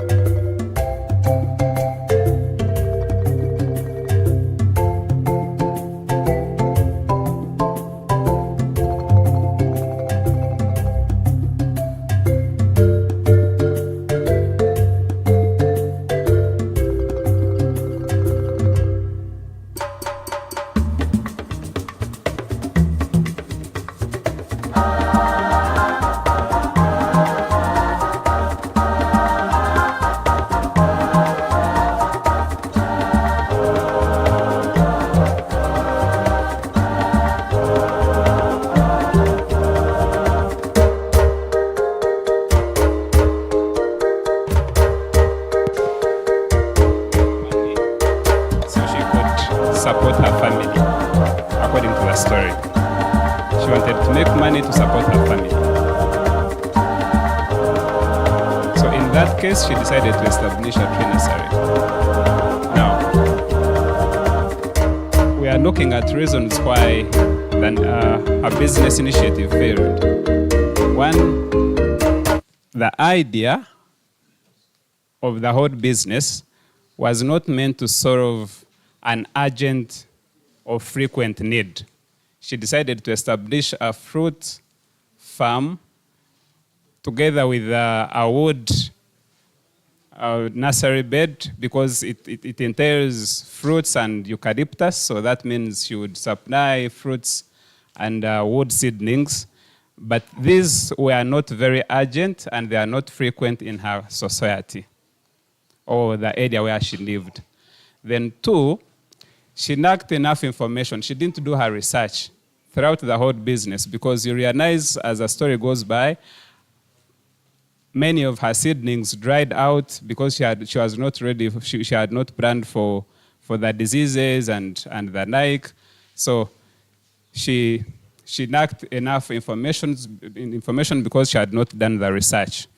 Then, moving on very fast, she was poor, so she lacked enough capital to get a variety of breeds, because when you read on, you realize that when she went to the market, people were offering a variety of them, yet she was offering just a few unlimited species. So she didn't have enough capital to get a variety and improved seedlings. And then she didn't target her market.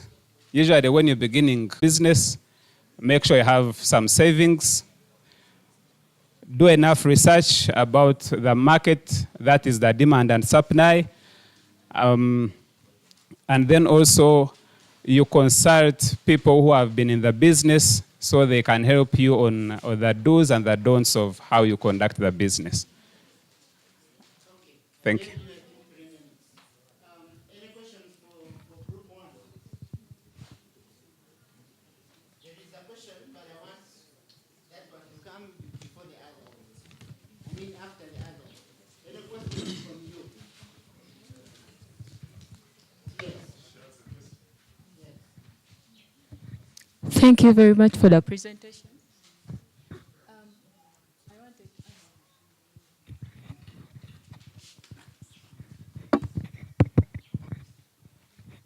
Thank you very much. Do you mean to say that if someone is supposed to start up a business, according to the story, is supposed to be having savings? Because I can also go to a circle and get a loan from there and start up my business. Do I have to have savings?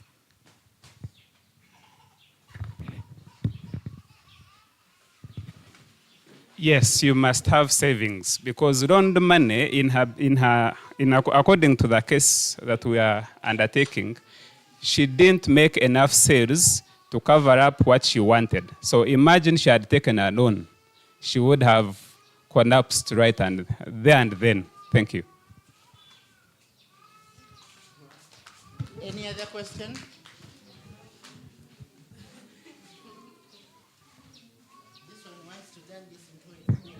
Oh, thank you, Group 1. There's something you mentioned.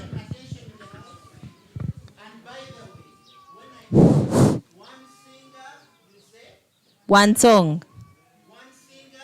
One song.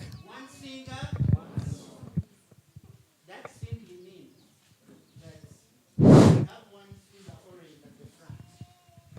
Okay? Singing. So we shouldn't have very many people talking. So that is our code. If I say one singer, you reply one song and you go. Okay? Right now, I'm the singer. Group 1, you mentioned that she should have done research. Where should she have started? If you're to advise her, where exactly should that research begin? Thank you. The research should have begun with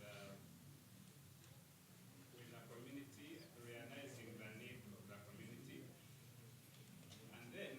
How do you realize the needs of the community? How?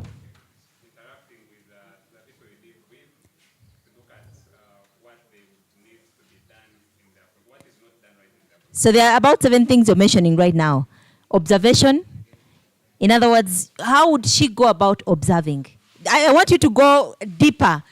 Entrepreneurs, when we have an answer, we are going to get to the depth of the answer for us to unearth whatever answer we want to bring forth, right? So yes, you're talking about research, but saying research, it is not as easy as go do research. Take me through observation. How should she have done observation? If you are you, how would you start with the observation? Personally, I would look at what is affecting me as a person. And then I would move on to what other people are going through. Do you know what I'm going through?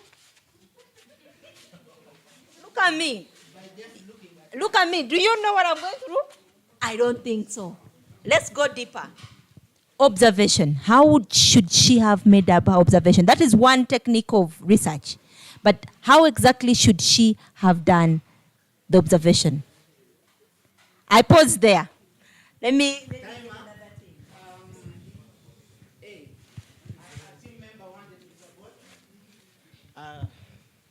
that can be addressed through having community conversation, or you talk with those people around you, like making a community survey.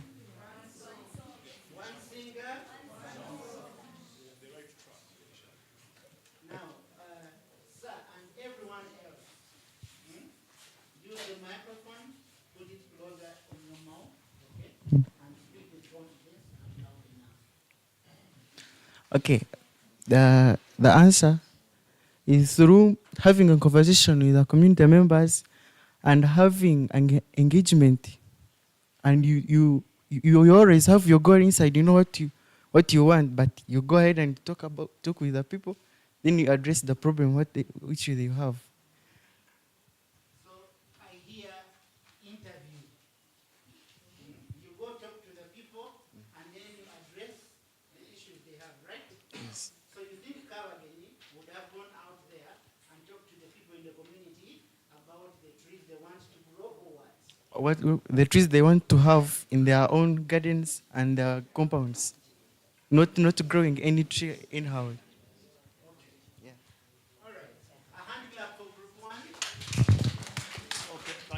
Thank you very much.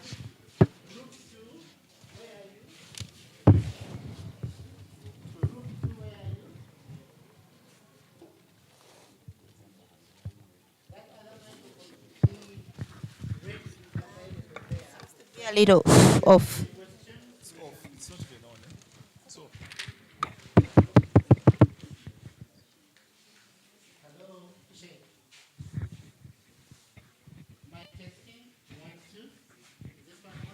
It's on.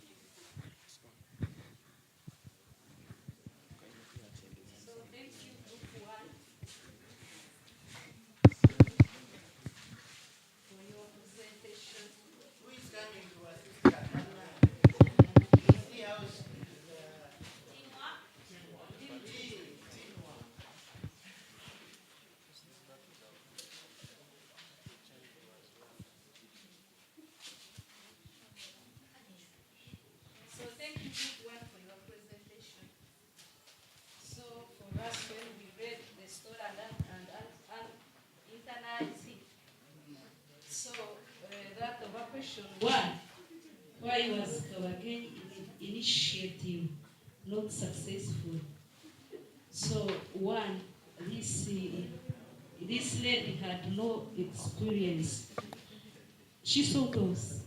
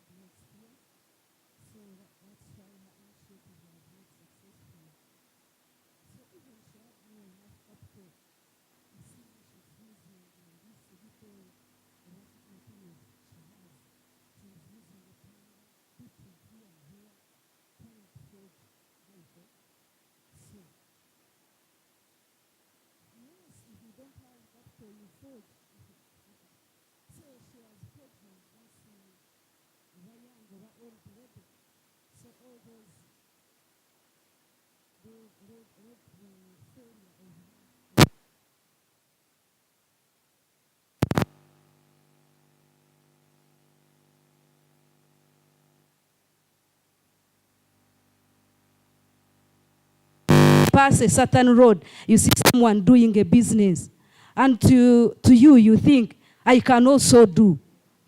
But you can't do. You can't do. If they say do, you fail. So that it means you have to first get information. Or why you visit them, or why you pay those guys, you say, please enlighten me on this thing. So her information was also limited. Then she had no variety, because when she went to town, she saw a lot, those who were growing in town had a variety. So for her, being new in a business, and I think with that limited capital, so she had no variety. So whenever someone comes, said, I want avocado, passion fruit. So for her, I think she had only, I think like a eucalyptus and some few. So when we, let's switch on question 2. What lesson can we learn from this story? The lesson I have learned, we must have enough market research. When we are to do a certain business idea, we have to research about it. No, if we are planting an avocado tree, which type of soil, actually I studied agriculture, sometimes pH causes sour wildness, some yellow something to leaves. So we must know some like pH before we plant something. So she had that market research of her was low. Then also the experience. Were having a problem of school fees which was urgent, but she had no experience. For her, she said, let me start, but she didn't know the outcome. So Singa, she knew that she would have done something good. That's the consulting. There must be some consultancy of experts. Although around the BOOTCAMP-MBARARA or around any road, they are doing some nursery beds. But as we have talked about the border man, there must be an expert in those nursery beds. For them, they can tell. So it's better before you start, you go and check on her or him and say, how can I do a nursery bed? How many hours can I water? Or at what stage can I water it 3 days or in a week? Or I water one day in a week? So we must consult experts. Like when I want to talk about the hardware, I must go and consult Baria. I think he has the experience. Thank you.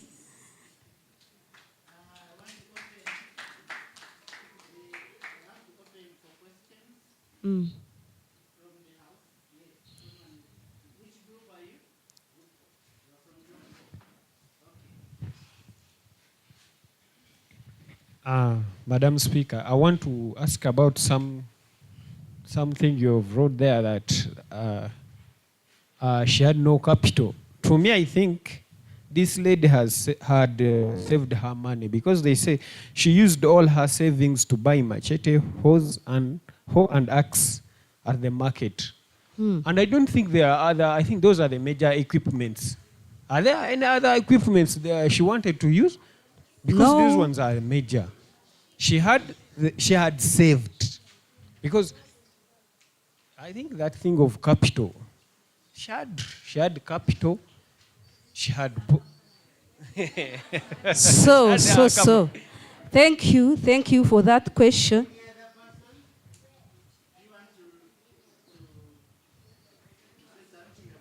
Yes.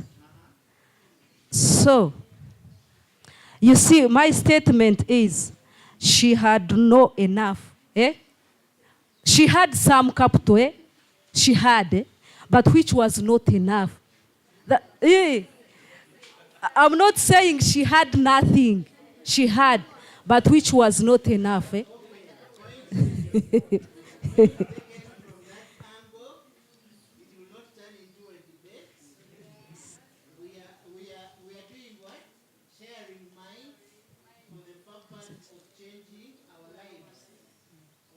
Yes.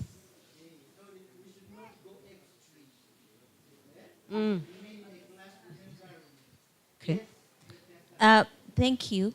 Actually, that debate was about to spark so many issues in my head. But let me ask one question. Sheila, you were laughing like nothing. You're very happy. But so this question goes to you. Flash, there is your first point on she did not have experiences. And I think you left it hanging. It's a little scanty. I can't understand when you say she lacked experience. So my question is, how would you build experiences? If you were Kabagambe's sister, what would you tell her? How should she build those experiences? So thank you, Madam Sarah. I think it might be hard for me to ask a doctor, but let me try. So, to have experience, it means you have collected all the information about that thing you're doing. Because you see, like in Africa, like disasters are natural. So it means like they told us over they wilted, over they dried off. If she had experience, for her she would have prepared over some over pesticides, over what? So being prepared for that, knowing that at any time anything might come. And this tree cannot wilt or cannot dry off in one day. So it means it started showing off some signs. But Thank you very much for your answer. Yes, you're almost getting there. But also, let me draw it to everybody. I've always had students come to me and say, okay, they are asking this particular job. They want, I don't know, this person, needs to have 5 years experience. Madam, where do I get 5 years experience? And they are very frustrated. And I'm like, okay, can't you volunteer somewhere and you build experiences? What should this girl, what should she have done? Before she went into this business, how should she have built the experience? That is the question I'm asking. I have answers there.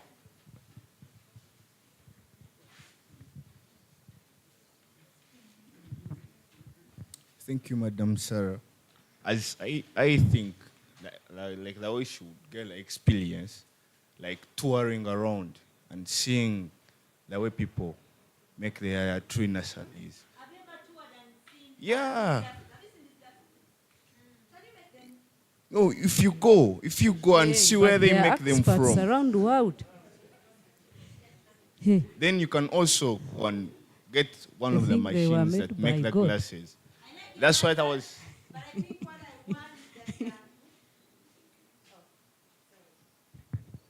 you very much for beginning this debate, because we also get into that. I think most of us fear to start Kalito in our houses. How about if you start to plant that plant? Water it, it dies. Get another one, water it. Experience, Thank you very much. That is what I was looking for. Experience is the best teacher, and practice makes perfect. I told you about my sister who made a useless stove for 2 million, and I was thinking if she had started from the ground, you build, you lose cement, yes, but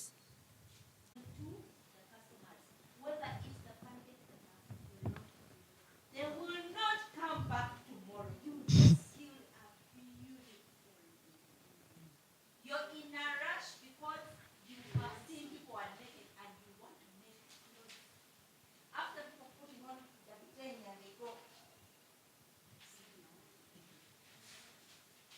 tomorrow when you so badly have improved your art and you want to convince them, they will not do that.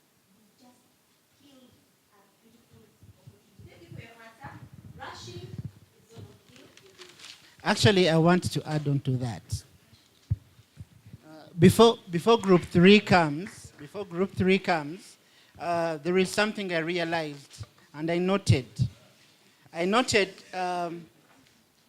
Just like you put it, most of the people start businesses. Of course, that is what it should be, right?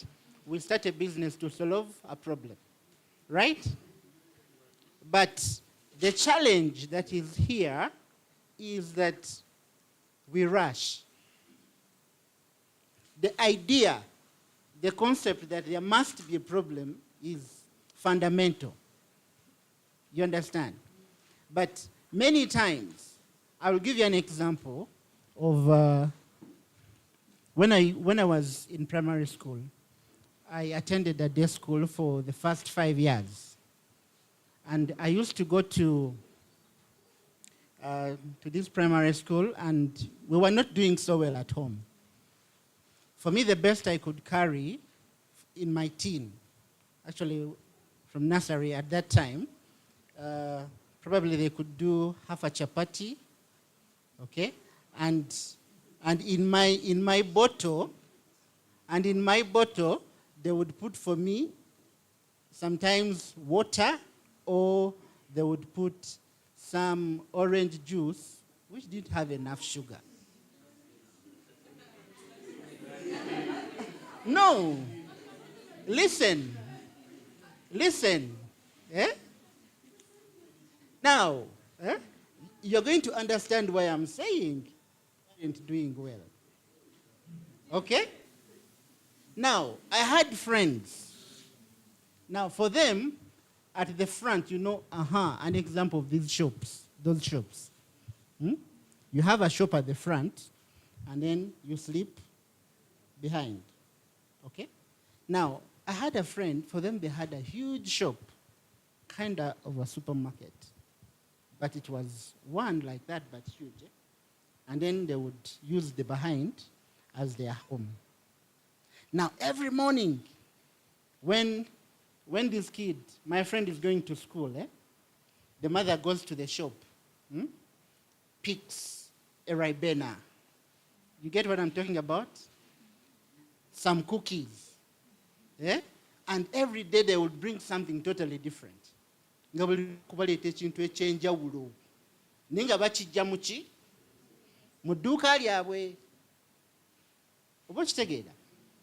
that mother being concerned?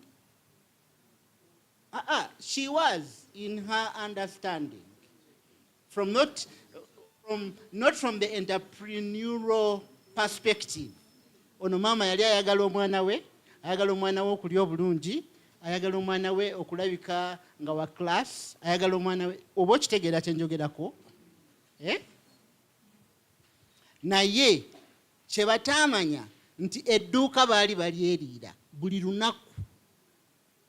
Oba okitegeera, ojjamu ribena leero, n'ojjamu lukozedi enkya, luli n'ojjamu ekintu ekirala n'ekirala, kapito gwamulya. Oba okitegedde?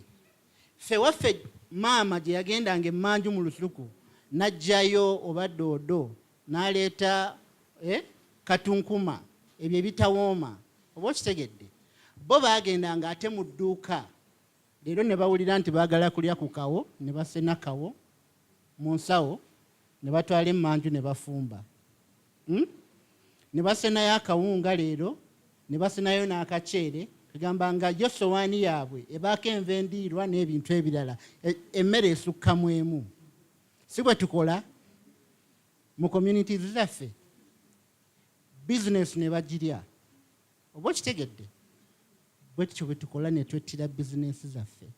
Ebiseera ebisinga nga Kaabagenyi yalina goodwill, omwami talina ssente zimala, oba mu nasale yali asobola okusomesa abaana, right? Naye kakati omukyala alaba, nze ndaba omukyala ono yali supportive mmwe. Hey, she was like, oh my God, we are having a problem. What can I do? Nagamba agenda tandika ki? Agenda kusimba miti. That was a great initiative, a great idea, despite the fact that the business did not. But I would give her credit for that, wanting to support the family. Sijja mukomerera misumari jokka. I don't want to preempt other discussions. But what I want to show you is that people usually start businesses when they're in a dilemma because of your naviganye.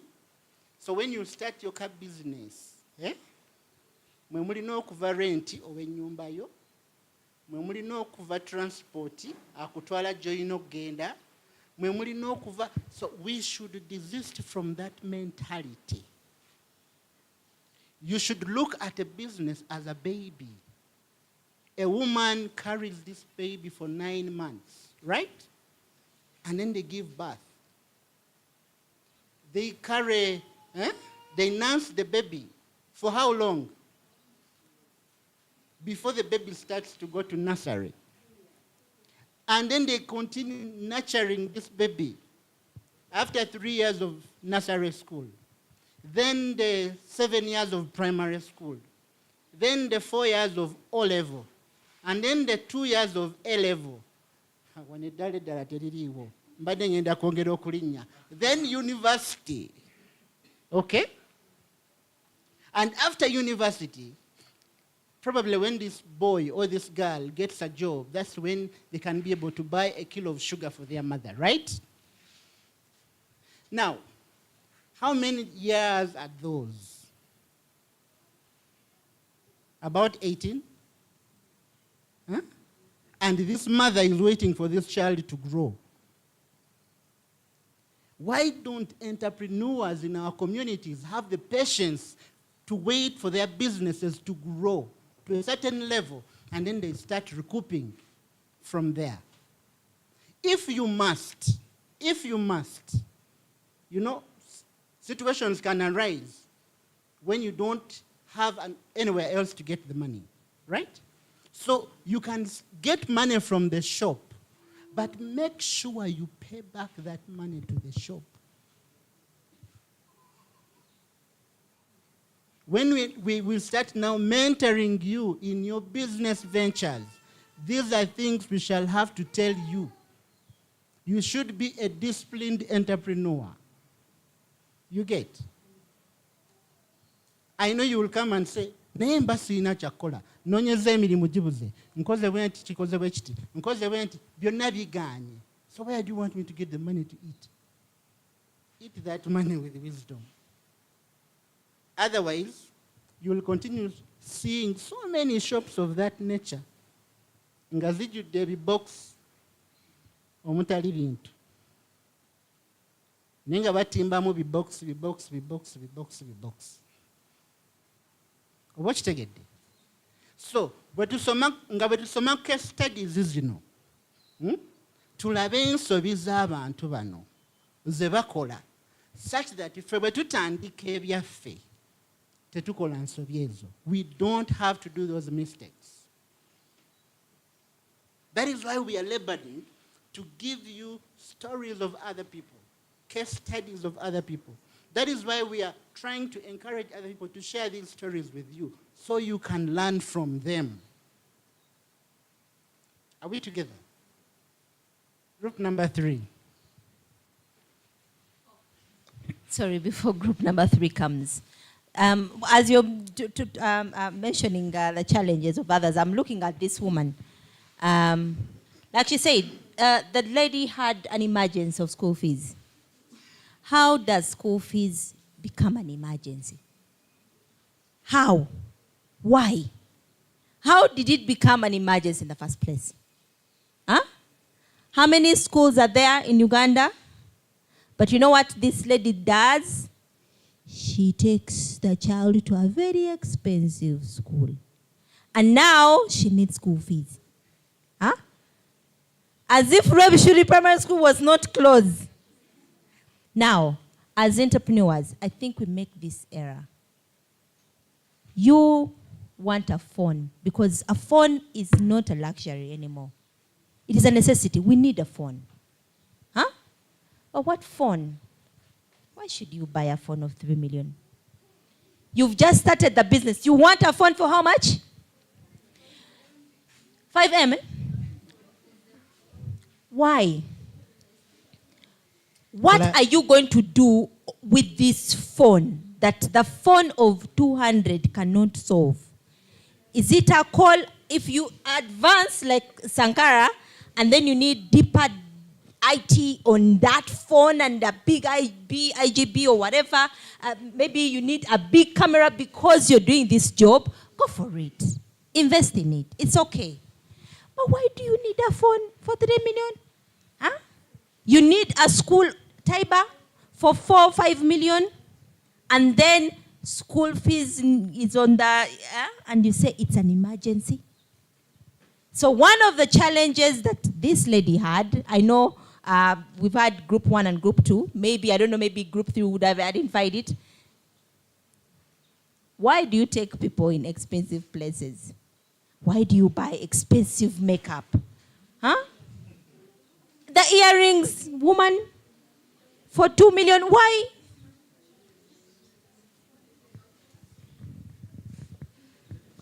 So group number 3.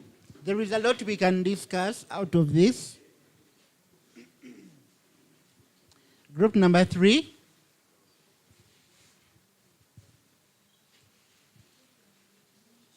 Prepare those questions. And as you read through this, okay, I want you to relate to the first case study we had by Mr. Sankara, or from Mr. Sankara. I want you to prepare questions for him.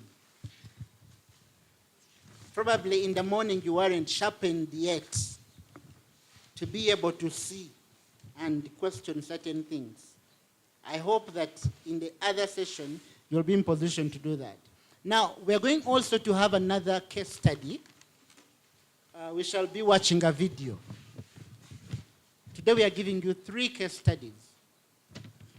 Because we want after this, we are going to, in your groups, you're going to think about what business idea are we going to do. Remember, for us, we are experiential. Ebintu tubikola tetutula butuzi mu kirasi enkya mugenda wabweru mugenda kugenda mukole ebintu mugende mu bitunde ate mukomewo n'amagoba mu ssaawa ezo.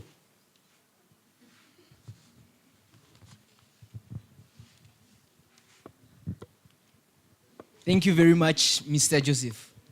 So we were supposed to be guided by 2 questions. Why was Kabajenyi's initiative not successful, and what lesson can we learn from the story? A good quote from the story that will guide us through our discussion. They also offered a variety of seedling types, such as fruit, firewood, and trees that made good building material, while Kabagenyi only sold firewood trees. So the first question is, why was Kabagenyi's initiative not successful? So we thought of using the business model that Dr. Prudence presented to us earlier on as our layers of analysis. And the first layer was, what was the problem? She had the motive of need for school fees, and she began the seedling project, which was going to solve, I think, the problem of firewood, because in the story they tell us that she only offered firewood. And then her target customer were the people who needed firewood, who were from her community. So we move on to the third layer of analysis, which is, did her idea solve the problem better than the existing solutions or the existing ideas or businesses? We find out that it did not, and that is where the issue of the discussion comes in. So why didn't her idea solve for the problem better than the existing solutions? One, we see that she had poor quality, and we can tell in the story because most of her seedlings dried because she had planted a great number of them in a small space. We can tell from the story she had poor marketing. Her idea of marketing was sending her son to inform the neighbors that the seedlings were ready. We can also tell from the story that there was lack of adequate knowledge, especially at the initial stages of the business, because she went to the seedling sellers and they offered some advice, but it was not adequate. So she should have visited perhaps the other farmer whom she went to when the business was already in tragedy, and perhaps worked there for like 2 weeks or 3 weeks to gain that experience, to gain that adequate knowledge, so that her initiative becomes a success. We also tell from the story that her business was not unique. She did not have a unique value proposition, as we have been told. From the quote I read, they also offered a variety of seedling types, such as firewood, fruit that made, and trees that made good building material, whereas she only offered firewood type of trees. Now, you see that there is nothing unique that she was adding to the market. There's no unique value in her business proposition. So that is also one of the reasons why her business was not successful. We also see that she had inadequate capital and she was in a rush. She did not go through the baby steps as Mr. Joseph taught us or has told us of how you should view your business as a child that has been born, then primary, of course, first nursery, primary, secondary, such. So she rushed to earn from it and it collapsed. So we see again, our fourth layer of analysis, did she earn from the business? Was she able to earn from the business? Of course, we are analyzing her business as an idea, and to tell whether an idea is a good one or a bad one, you look at the impact. So, did she achieve the impact that she aimed to achieve, which was earning the money that was going to pay school fees for her children? We see that she did not. Why? People did not want to pay for what she offered because there were other people who had better marketing strategies. There were other people who had greater variety. There were other people who even were well established and were already well known to the customers that wanted the seedlings in the first place. So we see that the impact that she aimed at achieving was not reached because of all these problems that I've mentioned earlier on. So now we come to the lessons that we, as Group 3, learned from this case study. And always seek adequate information before starting your business. This, as you have seen, she went to the farmer after the seedlings had already dried. She had already invested all her capital. Although she wanted to begin again, you see that it will be much harder for her to go through that 1 year of saving and then begin with the experience from the failed business. So this is one of the reasons why I think most businesses fail, because they always seek the information, the knowledge, when everything is already a mess. So we say that seek adequate knowledge before starting. Then know your competition and do market research. You see that her son came to inform her of the competition that was in the market, why he was unable to sell off all the seedlings that had been given to him. So Yeah, thank you very much. The other things, she had no unique value. She did not, don't invest all your savings at once and invest in a variety. Thank you very much. That is group 3. Yes.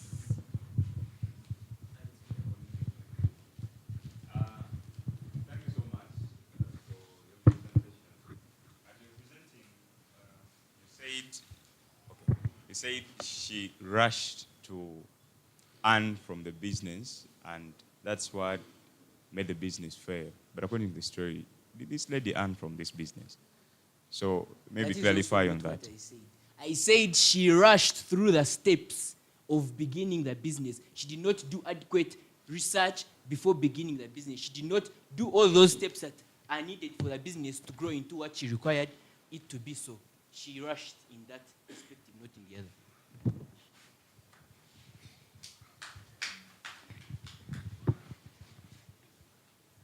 There's a point where you said, like, poor marketing, whereby how can you market when the seeds were dead?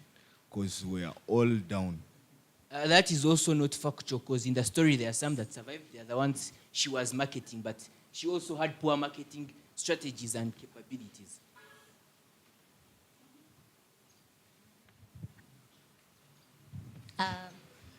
Thank you.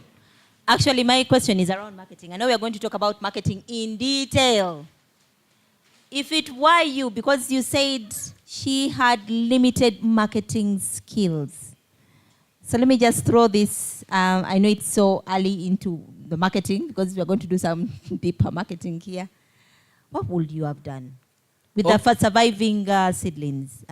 Okay, first of all, I think it is not seedlings being, okay, they do not have a long lifespan. So I think it is important for you to begin the marketing earlier on, maybe make posters here and there when you're sure that they will come out. And how would you market seedlings? Would you market them with the posters? I'm paying attention to every word that is saying here because not every selling is used the same. We use the same method. Do not. Okay. I don't want him to run away. He's still here with me. How would you have done it? Which strategy, if you were this woman, would you have used to market the little seedlings? Okay, minus the poster thing, I would have also approached other people who, especially like people who are building homes. I say, you're building your home, can I plant for you seedlings so that by the time your house is ready, you can have your seeds in place, your seedlings in place for the trees. This man is sharp. Where would you market? Pause. Where would you market these seedlings if it was your business? Let me get the hands. Yenyabo, Hajet. Where would you market these seedlings? Well, it is through interaction with people. When you interact and tell them about your business, explain to them how everything is going. That explains. I'm not going to buy things I don't want. Did you hear Dr. Prudence talk about a specific segment? Which segment wants seedlings? Their hands here. Yes, let me start from the back. Yes. Who would actually be the right person to take these seedlings to? Okay, like for the seedlings, we grow a variety, many types of trees. So you may be having these trees that you can plant in your compound to make it beautiful. Then my target would be on these people with restaurants, starting up the gardens. Those would be the main groups I'm targeting at to be my main customers. The restaurants, like the seedlings, and hotels. Yes, sir? Hey, where would you take these seedlings? Okay, me, I'm talking from experience. Okay. It happened that last year there was some hackathon competition, and we came up with some idea on how to target poverty and climate change. So we developed an application that can be used in tracking tree growth. Now, in around September there was some program that was launched by Equity Bank that they want to reach out to communities that are interested in growing out trees. So for me, I took up the initiative and I said, let me try to reach out to the communities around.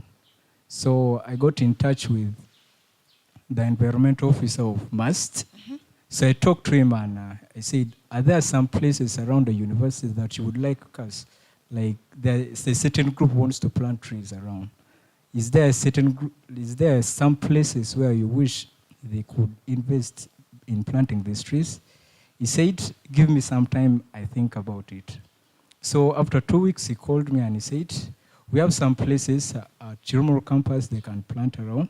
Also some places around along River Ruizi, they can go and plant around there. So when I gave back the feedback, they said, yes, we would love to partner with the university. I said, now, let me try to search for people who supply seedlings.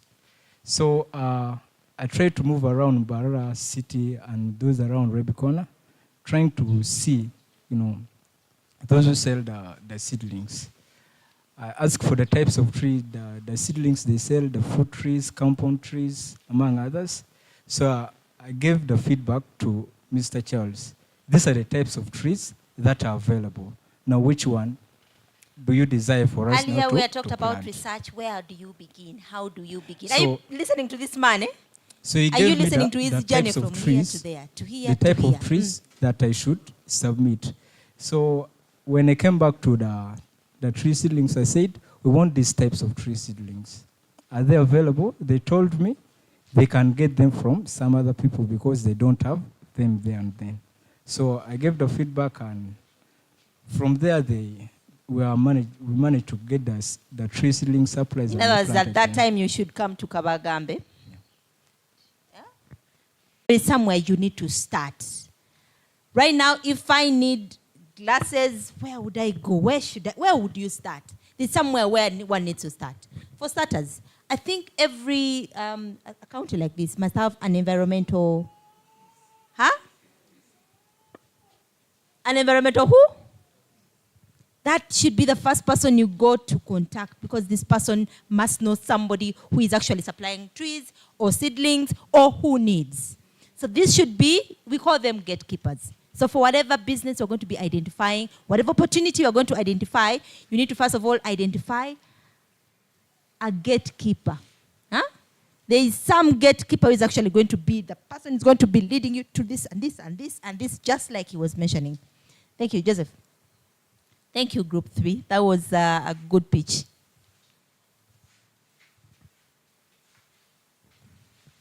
A bigger hand clap for them. Group 4.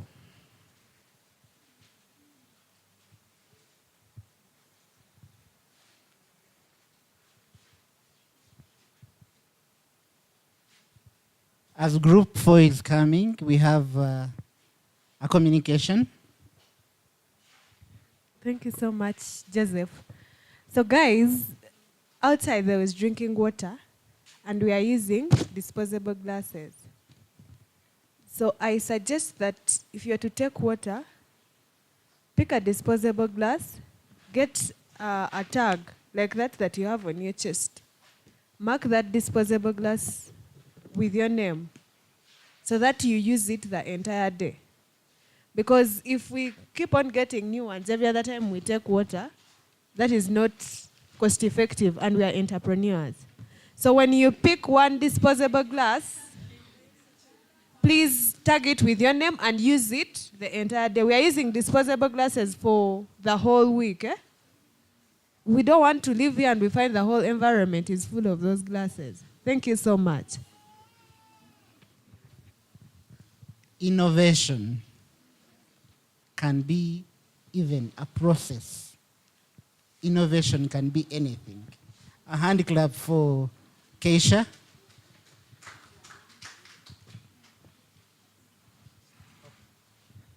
Thank you. Good afternoon.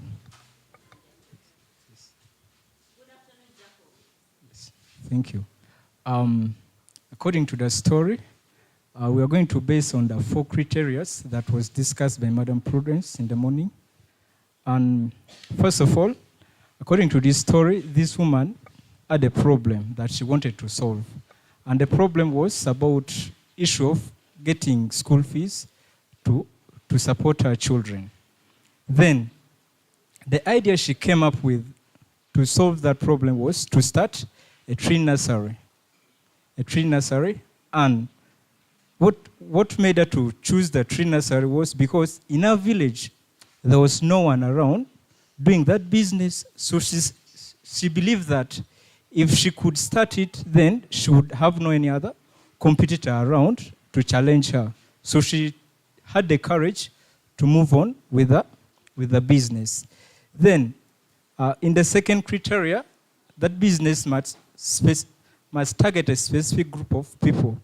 Now, in her business, the tree seedlings she was going to grow, she wanted to supply to the surrounding village since there was no one doing the tree nursery. And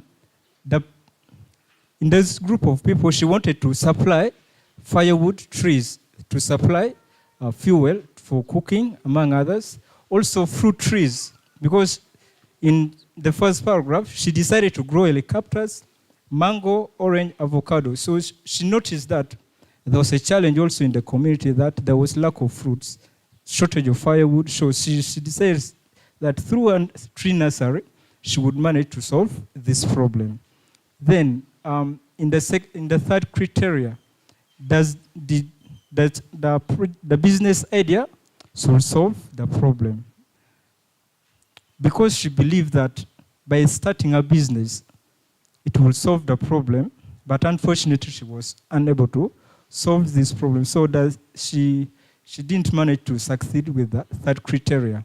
And some of the reasons why she couldn't proceed was, one, she had limited skills about tree nursery. You see, limited skills. You can see that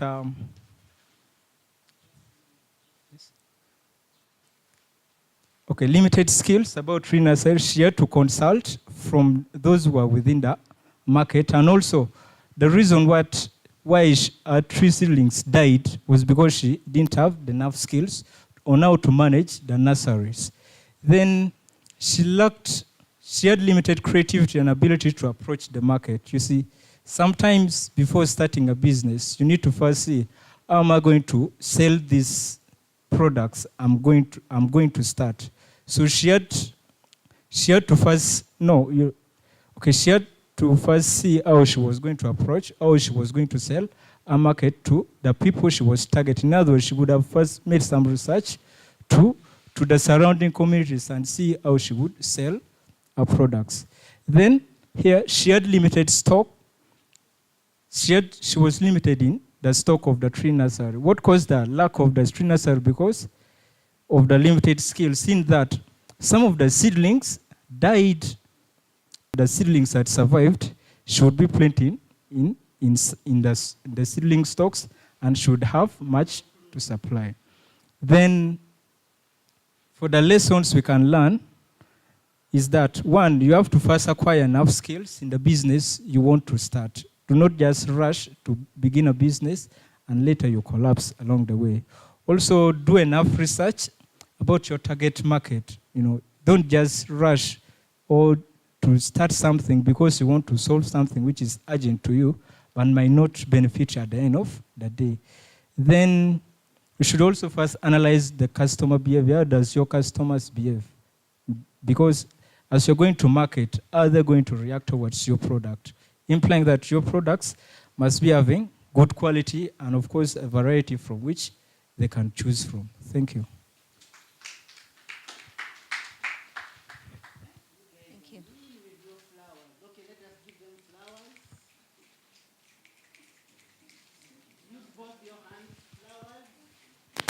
They want to eat, we want to eat, we want to eat. Any questions from the audience? We want Group 5 to come. Any questions? Okay. Flowers again. So Group 5 should be mentioning only those things that you think we've not heard from 1, 2, 3, 4, because Group 5, We have a very long schedule after our lunch, and our lunch is a little late. I told you time is very critical, so I'm going to be having a conversation with the service providers, but now they're saying lunch is already ready. Let us not delay that. Group 5, is there anything new?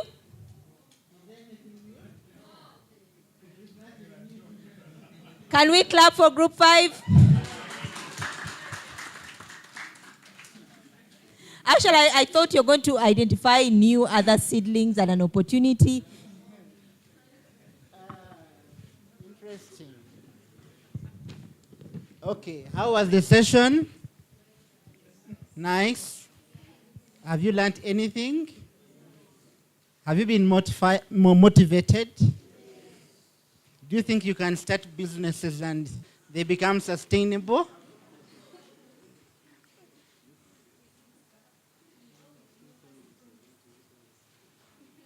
Okay.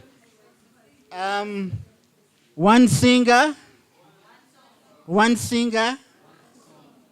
Okay, let's have Mr. Francis say something briefly. Good afternoon. Yeah, most of the groups looked at the story and were saying the things Kabajing didn't do well. Can we pick the things that Kabajing did well? Yes?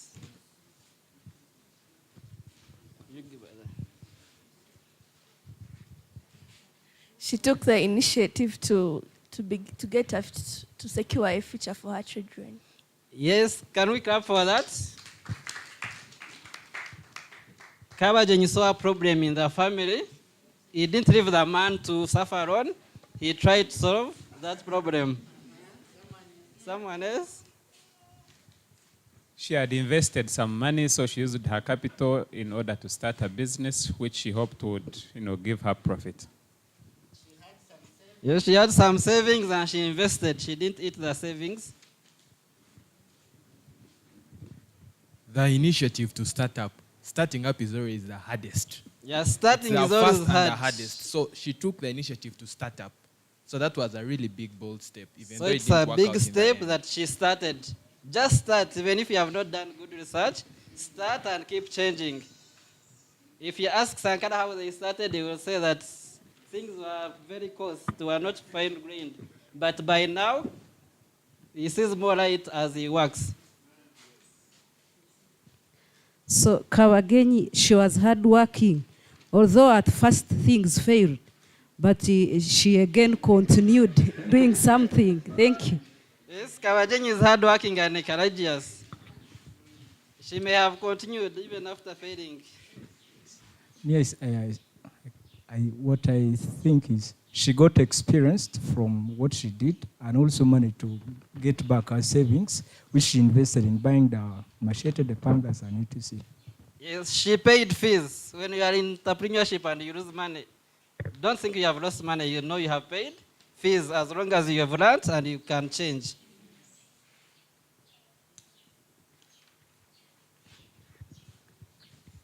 She was a risk taker. She had no idea of starting up a nursery bed, but she decided to start it up. Yeah, she was a risk taker, but she believed she has learned a lot of things. Even she will learn how to grow trees. At some point, I can say she was patient. Even when things failed out, she didn't give up. Yeah, when things failed, she went and consulted again. Like 2 more? Only 2? Me, I think she had the passion and the zeal, because they are telling us that even when she didn't know anything, she was not discouraged. Yeah, she had kept some on passion trying. And zeal. You need passion in business. You need the zeal. She stood out from others because innovation distinguishes a leader from a follower. Yes. In her village, no one grew trees, but she started. Yes. Thank you very much, Bona Francis, for that. I could also add on and say that Kavagenyi had a plan. had a plan. Things didn't work out, but now these plans, like we are going to see in the subsequent modules or sessions, when we start to do design thinking, you're going to appreciate some of these things more. The things you are now thinking about, and you're like, okay, we are pushing you to think hard, but we are pushing you in the direction where we want you to go. Such that when we start talking about those things, you can easily understand them and relate to the case studies. Okay? So stay put, make sure you don't miss a single day. Take the 5 days in full the way they are, so you can go back and put that business of yours in order. Okay? So there are quite a number of things we want to do, but our lunch is ready. So we are going to go out for lunch. And after lunch, the afternoon, we are already in the afternoon session. Okay? Just that the lunch is ready, but the afternoon session is still packed. It is still packed, and we must finish everything and get you ready for tomorrow. Because whatever we do today forms the foundation for the next day. Okay? So if you miss the foundation, tomorrow you will be like, okay, what are you getting? As a Muslim, we just say Bismillah. It's just wait. Yeah, Bismillah. And then She has already prayed.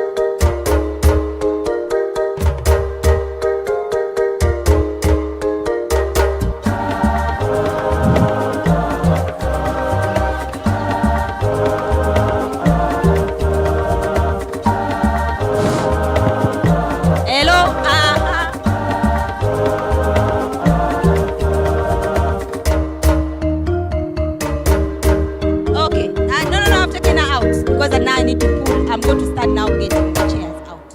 So that there are 3 chairs left, and the rest of you who do not find themselves with anything, you're out. Okay? But you can speak from outside.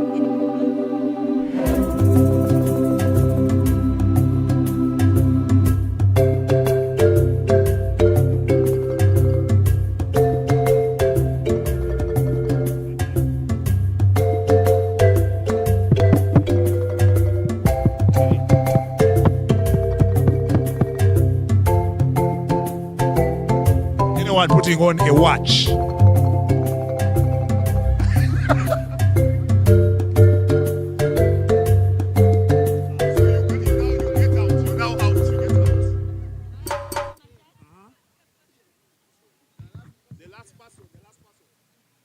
Make sure you get an opportunity.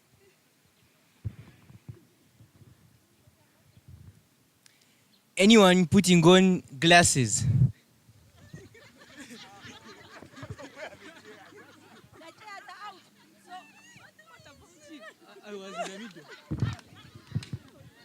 But you don't have.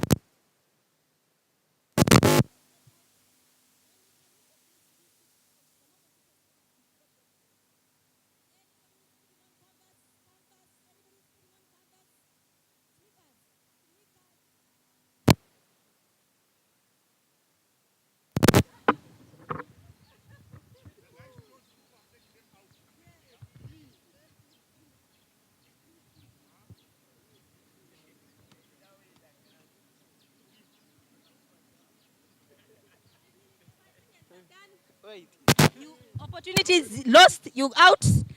Anybody who is putting on a sweater? A sweater. Anybody who is putting on a sweater? A sweater. Miriam? Anyone putting on a trouser?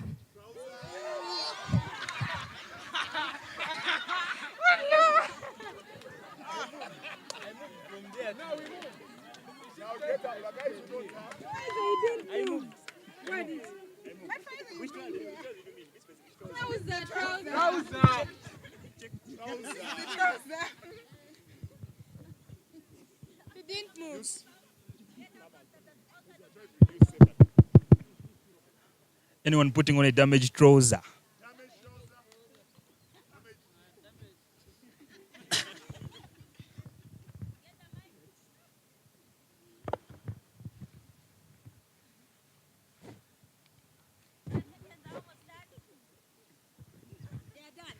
An opportunity is an opportunity. Anybody putting on a knicker?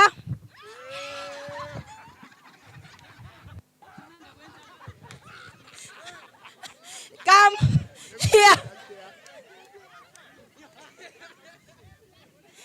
Okay.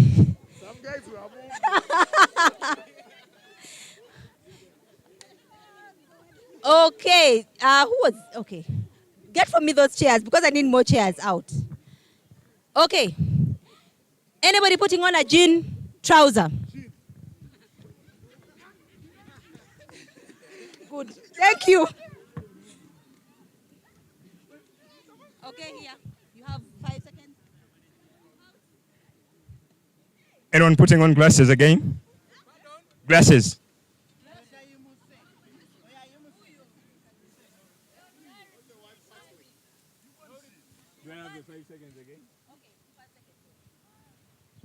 Anyone putting on a shirt?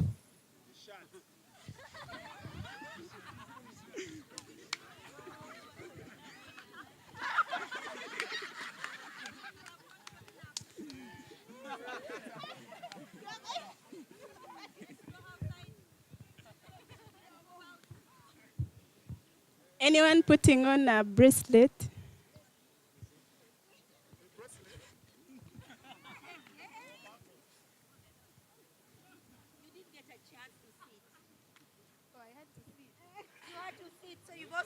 Opportunity. Okay. Anybody who has a ring?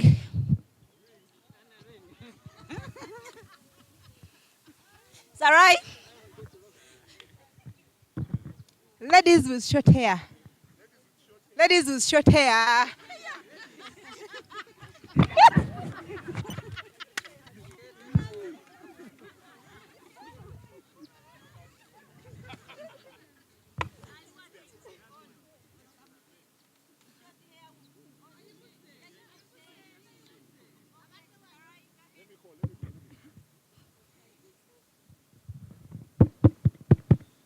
Okay.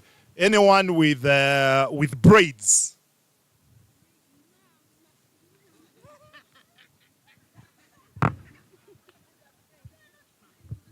Hey, those are not braids. What are those? What is it called? You clearly lost.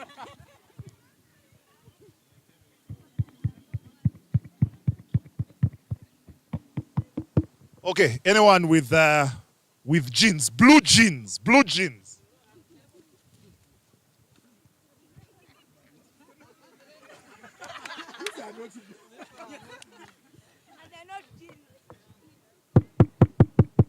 Okay, anyone with open shoes, open shoes.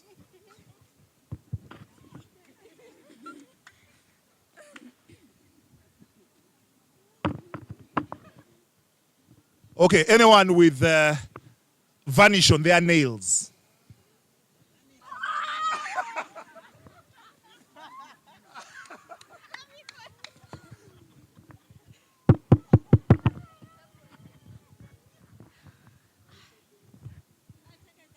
Someone with a wrapped head.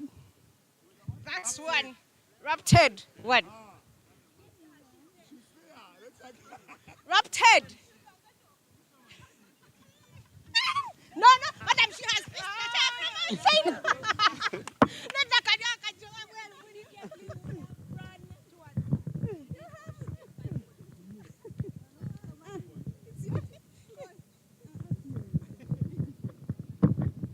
Okay, guys, anyone shorter than me?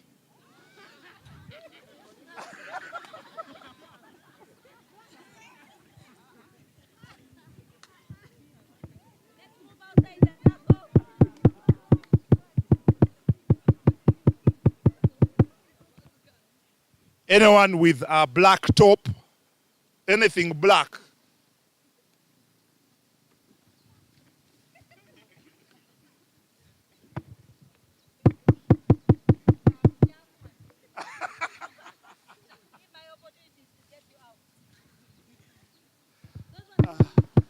Okay. I call? Not very close.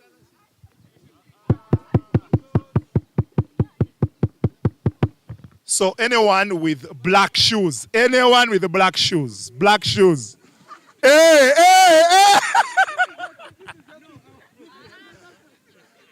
But these are not black.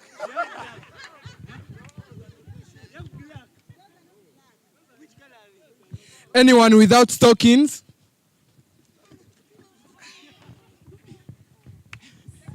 Madam, out. Okay, anybody with your teeth out? There, move out. Move. Let me see. Your teeth out. All right. Anybody above 18?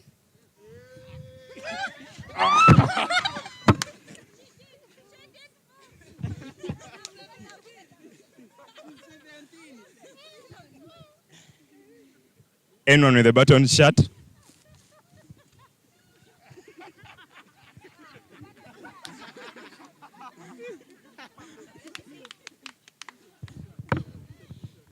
Anybody with a name tag?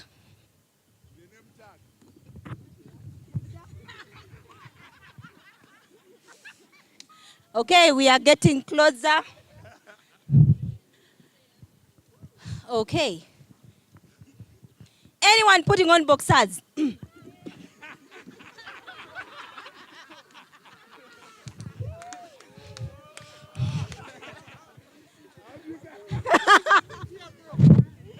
Okay.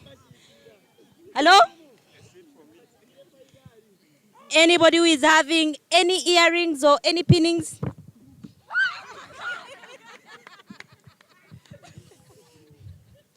Okay. Anybody with a sweater?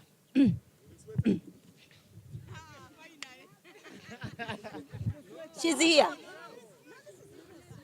Oh.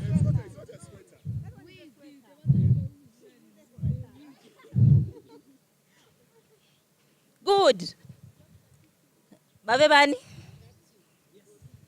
Uh-huh. Come and they are cheating clearly. Come and sit here. Sit here. Finally.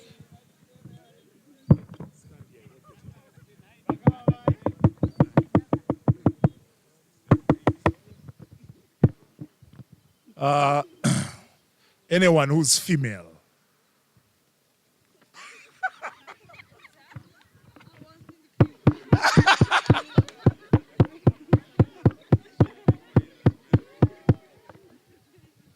Okay?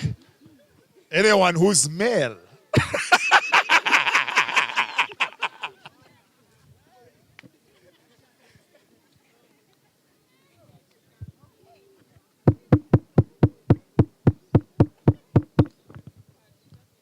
Anyone with a bag, holding a bag.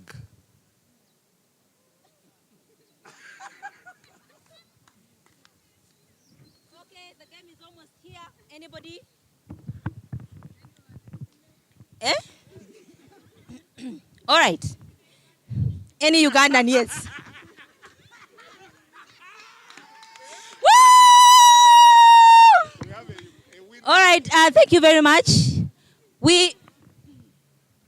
Okay, wherever you are, attention, listen to this keenly. Opportunities will always arise in our lives, okay? One singer, carry that chair and come closer.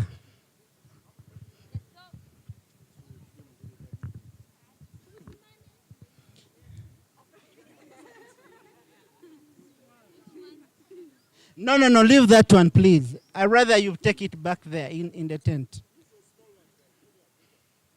So, opportunities do arise all the time, okay? In our lives, every day.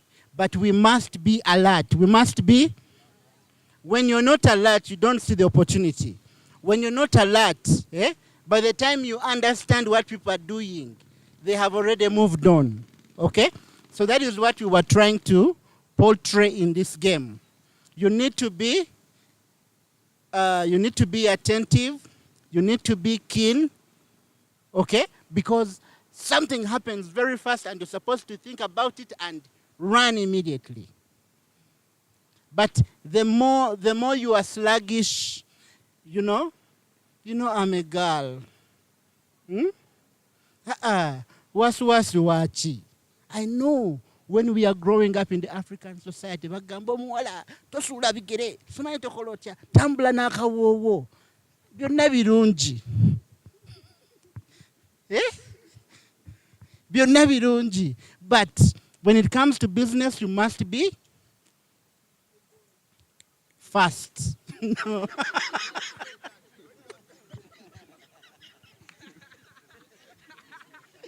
Okay, let's go to the tent. Carry your chair and let's go to the tent.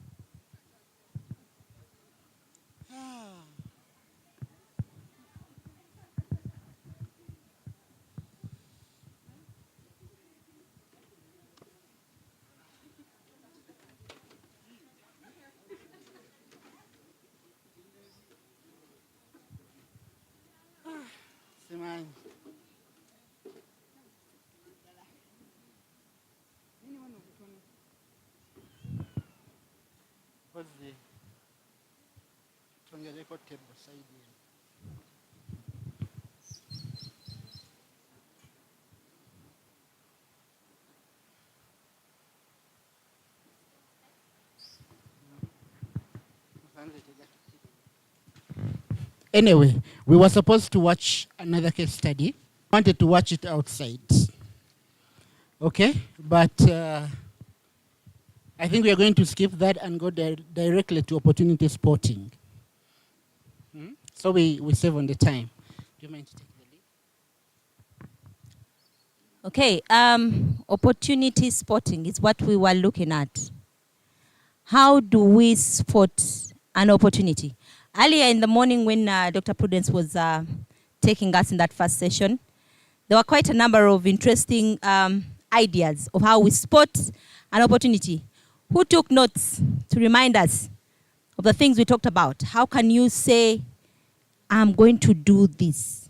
How do you know that this is the right job, this is the right business, how do you spot an opportunity? Just like Sankara did. He saw COVID coming and people wanted to see what's happening the other side of, see those who are burying their loved ones and cannot go to Kampala can actually be able to see them. And he thought, why don't we stream live? Opportunities, how do we spot them? Yes, sir. Knowing the people's needs. How do we know people's needs? Through moving around the community and using your abilities to satisfy the people's needs. I say there's no wrong answer, but yes, it is right. We need to get deeper. People have need. Can you see my needs? They're all talking to me. So you talk to me, where do you start? And you say, hi, Sarah. Where do you start? Exactly. Where do you start to come to me and say, I want to have a conversation? I'll use an example of barrier during COVID. You have heard that someone has lost their friend and they cannot have it together. So you come to that person, you yourself, after knowing that information that they have lost the person, and you can connect them although they are not together. Okay, so he's connecting to observations. Entrepreneurs, we observe. An entrepreneur is supposed to observe. Actually, if you needed to sit like the game we are looking at, you just see there is an empty seat, and I would want to sit there, but whom do I exchange with immediately? I just say whoever has no hair, and I know quite a few, and then that is an opportunity for me. Okay, observing. What do we observe? We are into opportunity spotting. How do we observe? You know, some of us just... Did you guys see the posters, billboards? Did anybody see billboards as we're coming? Are there billboards on this road as we're coming? There are billboards right there. Did anybody ever notice the billboards right there as you're coming in? Besides the MBARARA City North, which other billboard is there? There is what? What else? There's Pinnacle. Okay. Somebody saying signposts. I'm going to say, okay, these are smaller, something like that. Okay, attention.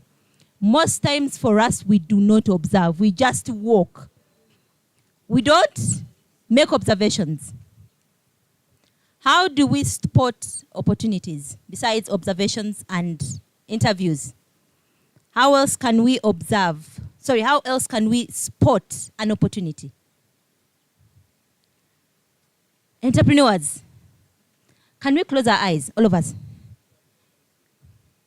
You advertise and you say, what? Can we all close our eyes for a moment? Tuzibirire. Njagalo zibirire. Bulioma zibirire nnyo. Close those eyes. Are they closed? Okay. I want you to walk from this place as you're going home. Go home. But do not go in a rush. I want you to take your path. I don't know if you're jumping on a border. Do you see the border that is going to take you home? Okay. Do you know the path where you path as you go home? Continue going. Are you observing the women there selling kasoli? Are you seeing them? You're seeing the plantations? Somebody saying the bypass, eh? Are you seeing the cows? Okay, what are you seeing? You're seeing some cats and dogs.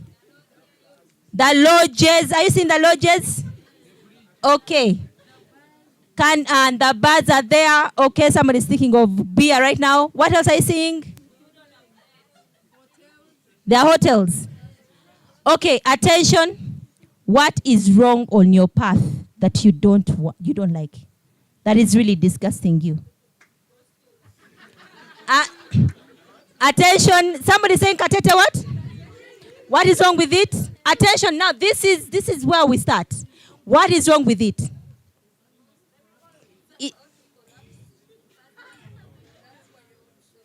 It's almost, it's scary. It's scaring all of you. What are you going to do about it?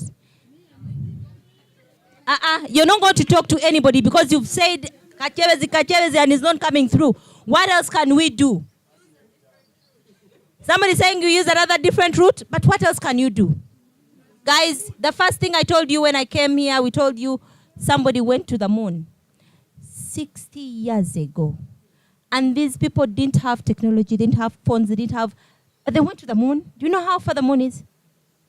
And our problem is which bridge? Okay. Now, what are we going to do about that? That is going to earn us money. Wanji? I've seen this in attention. I've seen these guys who actually identify challenges in the transport sector and have created solutions. Sometimes when it rains in Kampala, people, business people go, yay! Because they know they're going to carry them and they make money. Every person I carry, now imagine you have a better solution than just. Imagine you have a border that maybe has a boat like something and you know how to cross these guys. Is it too far-fetched? Really? Okay, let's think of something. How do we get money out of this road? Somebody has an answer. Probably to continue explaining on this. Tuyizenti waliwo business to business opportunities. Sicho? Business y'omuntu esobola okuguza business endala. Right? We've also learned that a business can sell to consumers. And then the other one was business to government. Okay, let us look at business to business. Tuchitwale wansi. Waliwo alina edduuka atunda eŋŋano aguza afumba chapati. Waliwo alina faamu ey'amagi aguza ani? Owa Rolex. Okitegeera? Njagala tugende mpola mpola. Ate wano bwe tudde ewaka, oli waka obadde ofumba mmere. Omanyi okufumba emmere? N'ozuula nti ewammwe waka omunnyo guweddewo.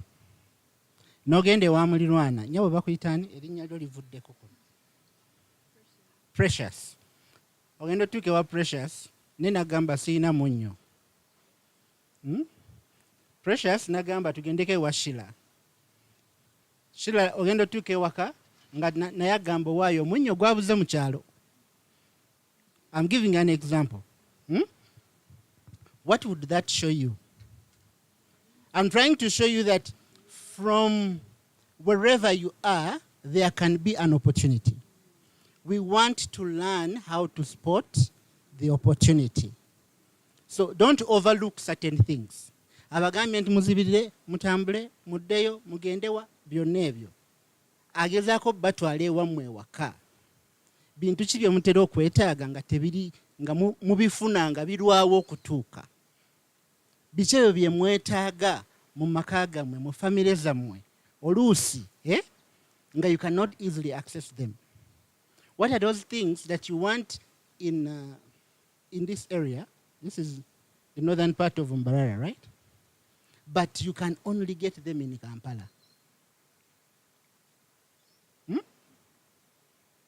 So your luck as a community can be an opportunity to an entrepreneur. You understand? Your luck as a business can be an opportunity to another business. So when we are spotting opportunities, I want you to go beyond, to go everywhere, to go in your closet, to go around the neighborhood, to go see all those things, because we don't know where you come from.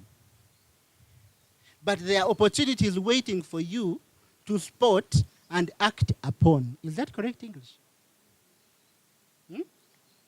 Waliyo emikisa egiri eyo ku level yammwe ewaka. Waliwo ebintu oluusi munyumya n'emikwano gyammwe. You speak with your friends. During the conversation, opportunities pop up. You understand? Opportunities pop up. And when those opportunities pop up, unless you are keen enough to see that that is an opportunity, as you're conversing with someone, it will pass you. Okay? You might be a student currently doing research at the university. As you interact, you talk to your professor, you talk to your lecturer. Ayogera ekigambo eki osobola okulaba opportunity. Mukitegeera oba? Bameka nga wamaze university ng'oli wano? How many of you have completed university? One, abala temuwulira bubi. I just want to use this as an example. Now listen, guys, don't laugh too much. When you're going to do your research, okay, at the university, for the award of that bachelor's that you are going to get, you were required to go to the library. One of the things lecturers tell us, okay, even during my time, they told us, if you want to get some ideas on how to write your proposal, go to the library and read through what other people have written. Isn't it? Yeah, literature review. But this time it is not actually only literature what? Review. Mbanjagala osome ekitabo ekyo kimalirize kyonna olabe recommendations omuntu oyo ze yakola mu katabo ako. Most of you do research and the knowledge is kept at the university forever and ever, amen. And no one ever goes to the university to visit the library and see what research, what opportunities. Every year, thousands of children, thousands of you are graduated. And everyone has done research. Those are opportunities. Even you here, you can go to the university and you choose to read what those people have written about. Kwa baba bagenze mu field ne bakola research, bayina bye basangayo, ne babiwandiika, ne bisigala mu butabo, ne bukaddiwa, ne bukukula ne kala y'empapula n'ekyuka. And those ideas die there. So these are all areas you can use to be able to spot an opportunity. What are you doing? And whenever you want to do something differently, look out for the knowledge that will help you identify a new way of doing something.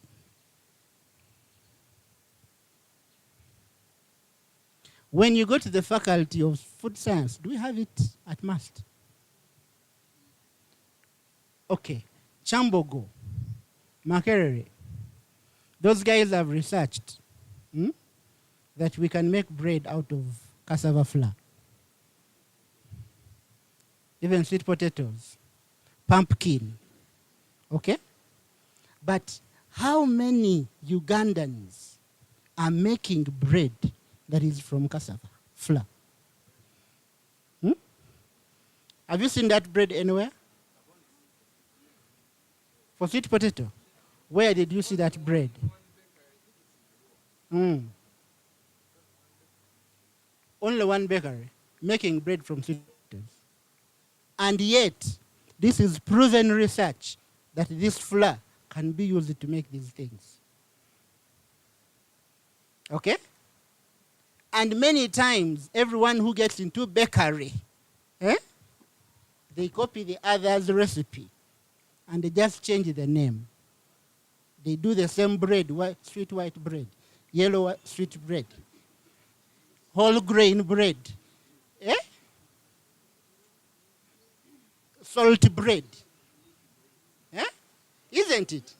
And then you're like, but where can I start? The knowledge is there. By the time someone becomes a doctor, they have done research more than once. They have published papers. They have supported graduates to produce research. They are a whole pool of ideas, because every year they support people to be able to graduate. And to graduate, you must have. Why don't you go back to those lecturers of yours and talk to them? They can tell you that, you know what? You go. In 1999, I supervised someone who did research on that. Their ideas lying idle, and we here saying we don't know what to do. We are here to make you wake up. Muzukuke, opportunities are everywhere around you, and unless you see them, no one is going to show them to you.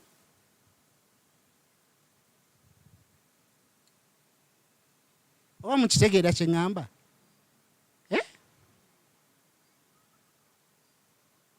Njagala we tumalira ennaku zino 5 nga buli muntu alinayo ekintu ky'agenda okukola.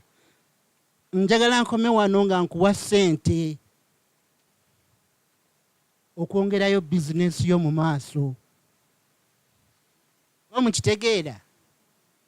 Saagala ove wano obeere mu balala abagamba gavumenti etuyambe. Saagala ove wano obeere mu bagamba gavumenti tetufaako.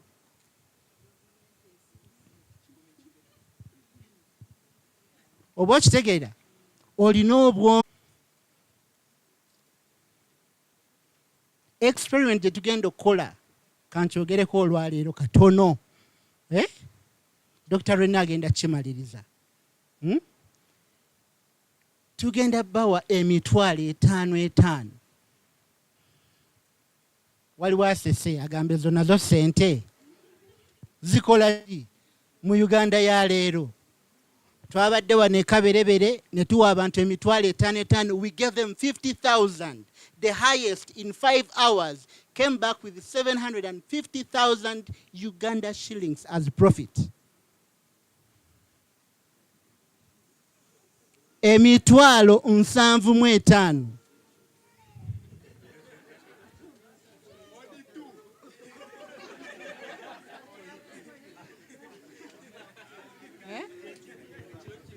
Madam Keisha, do you have, is it easy to access some of those records?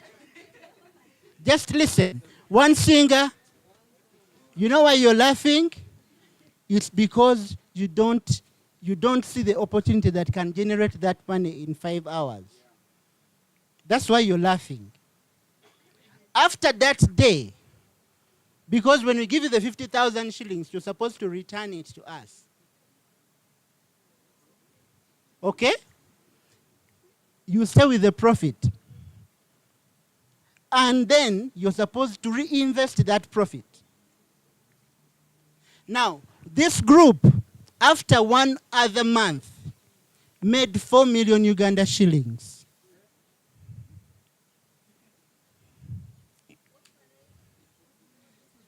That's what I want you to think about. What can I do that gives me money tomorrow when I go out? So when they got the 4 million Uganda shillings, they decided to hire how many acres of land, Keisha? They hired 3 acres of land, and they said, we are now going to make our own garden of maize.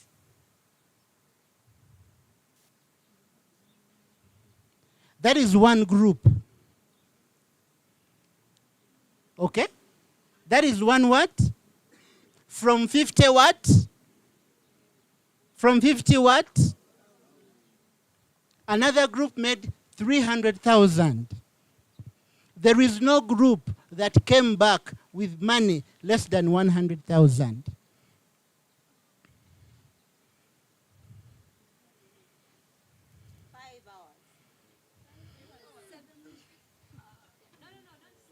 I haven't talked about 7 million. I said 750,000. So, one of the critical things we talk about in this boot camp is mindset change. Unless you allow your mind to shift, for you to get what we call a paradigm shift, but you will stay locked where you are because you will think even 20,000 shillings cannot start a business. Now, that roadblock in your mind is what we want to get and break and remove, put aside, and enable you move to the next level. The day you realize that these things are possible, your life is going to change around.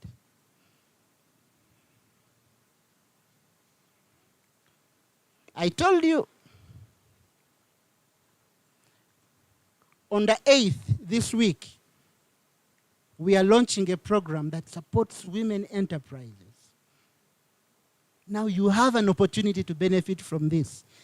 Only and only if we give you the money, we give you the equipment, we give you, but you must have started.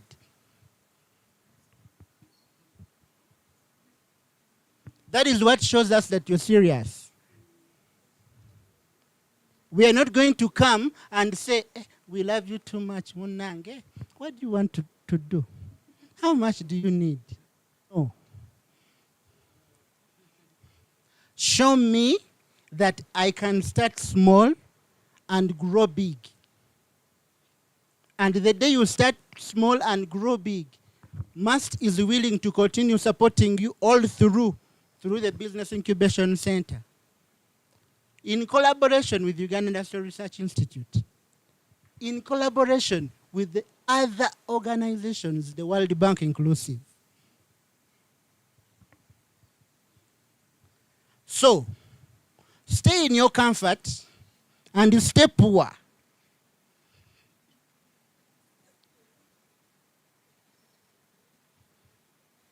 Remain with your strongholds and stay the way you are.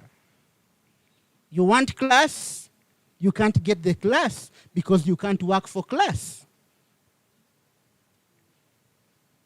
Dr. Rennie, I can't say any better beyond this.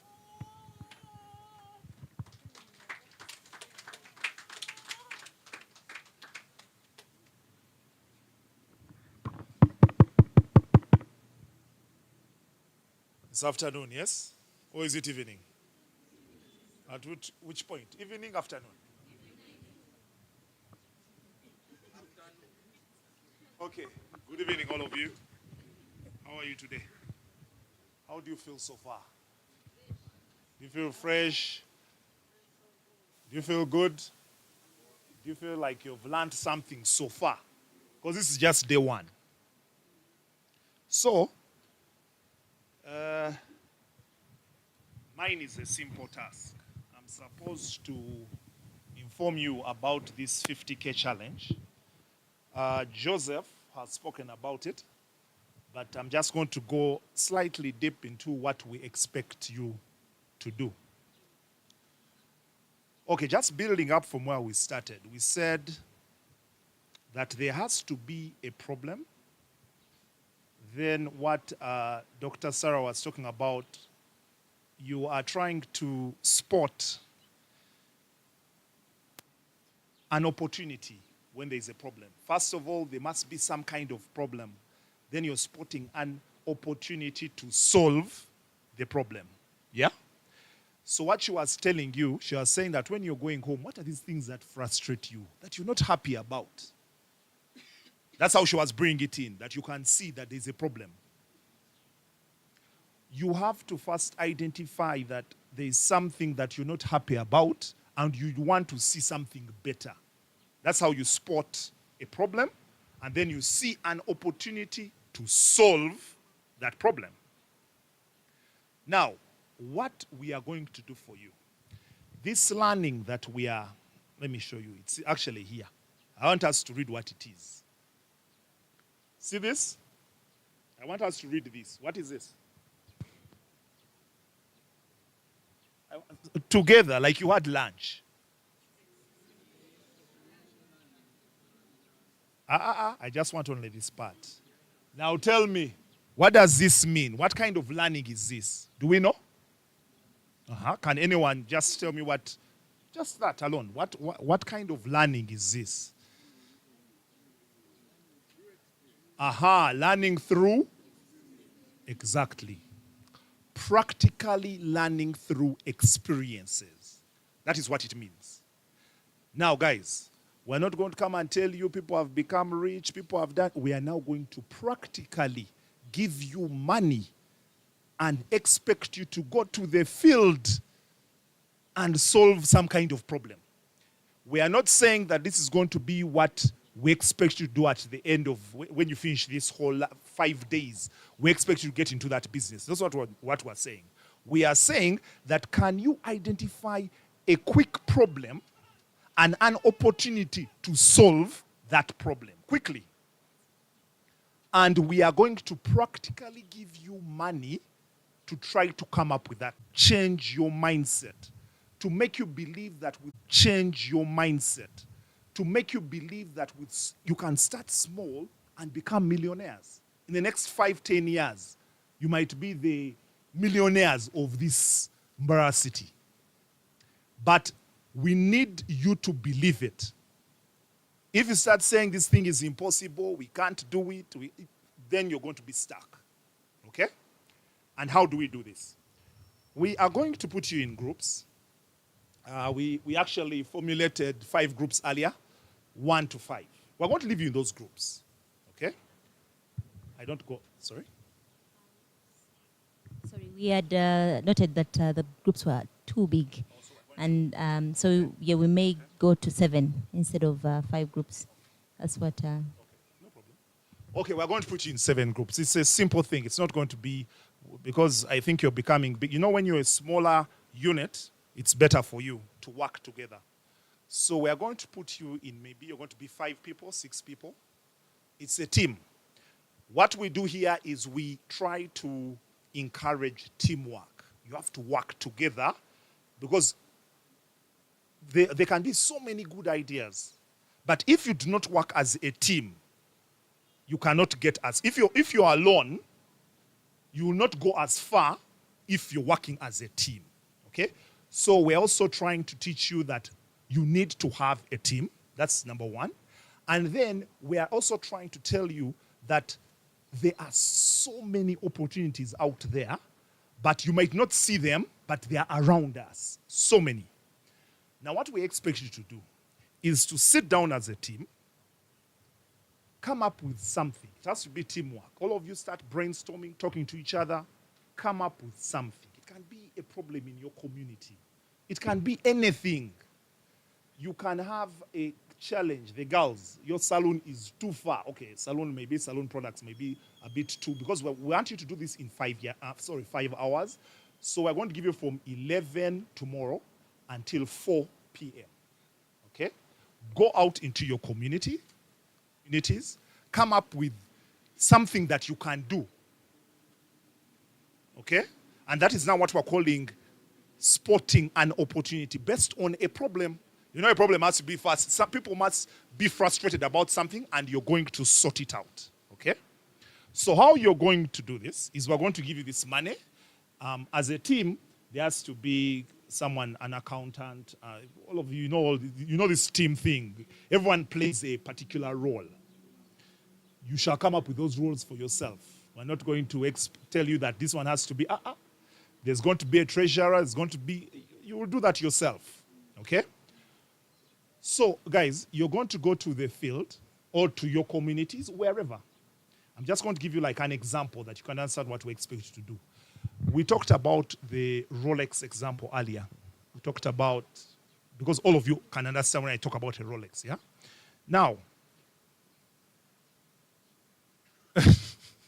who doesn't know what a Rolex is? I'm using the very simple, basic example where I think everyone knows. It can be commando. Thank you very much. So what can happen is this. Maybe the guys at this stage, you see the border guys down there, they usually struggle when they get, like at lunchtime, when they want a Rolex. It's so far. It's in town. It's okay. It's not around here, right? So you have talked to them. We're going to go into how you start navigating, getting that problem. We're going to talk into all that. We're going to help you. But I'm just giving you just a basic example that you can understand how you can spot an opportunity.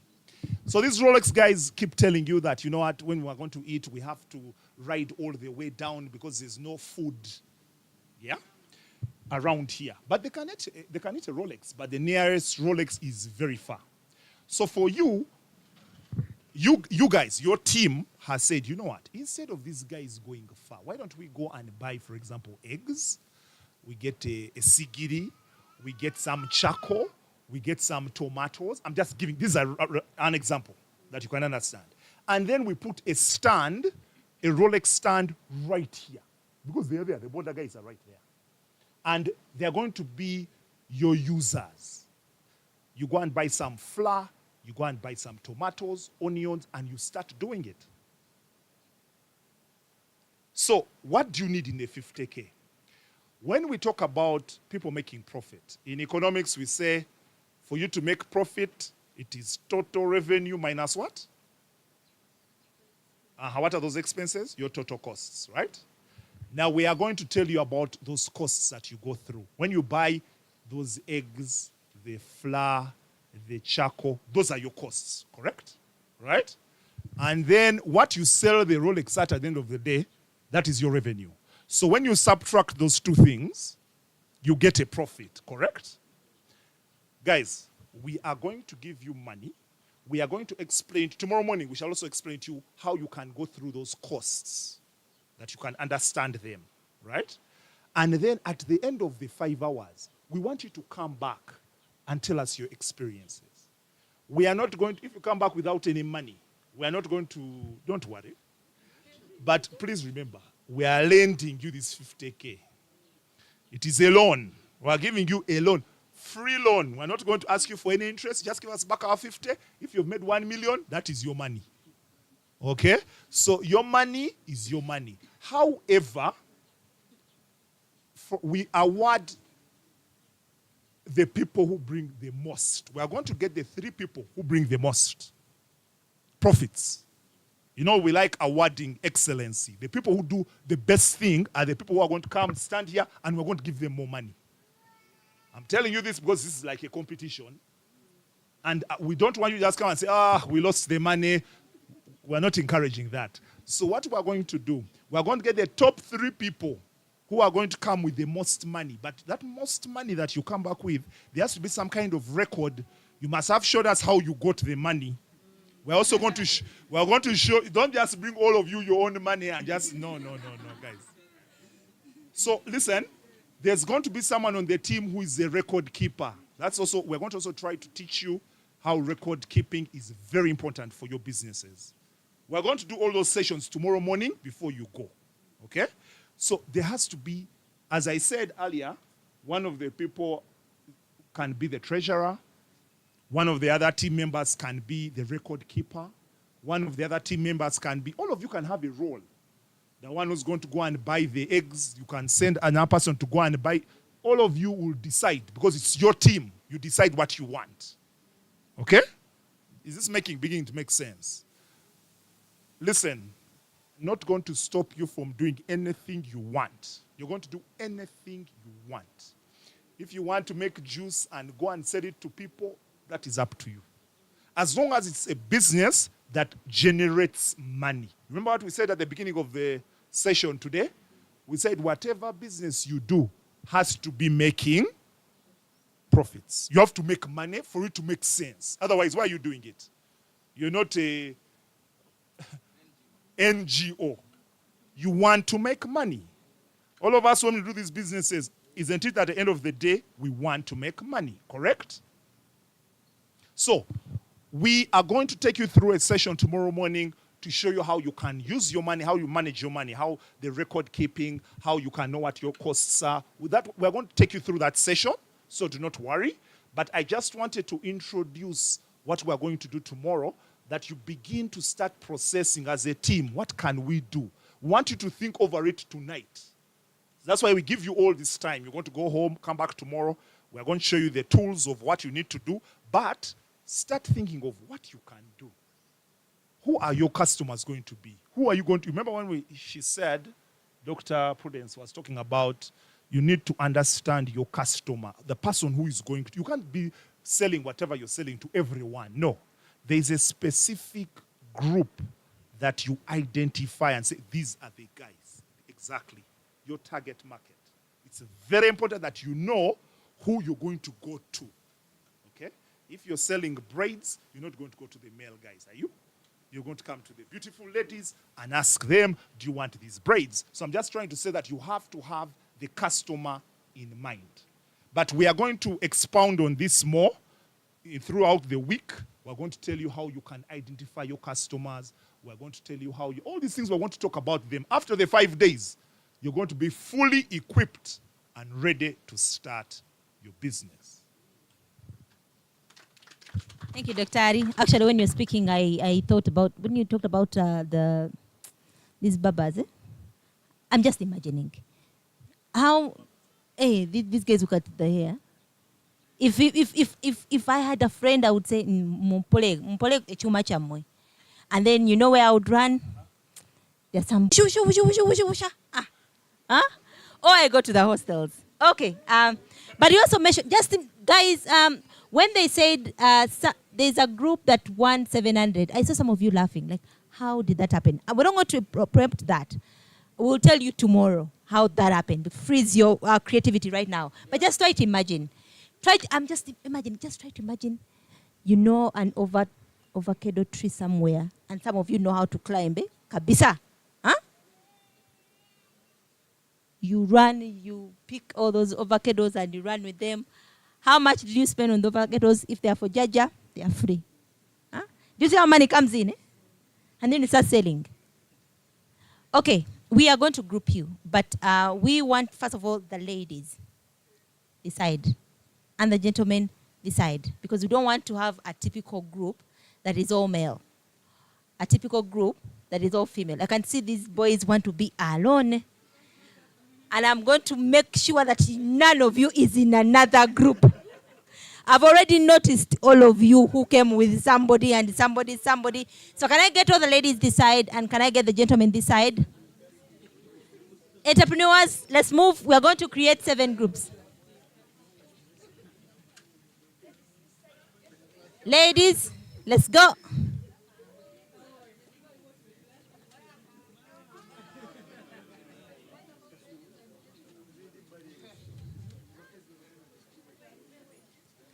Okay, thank you very much.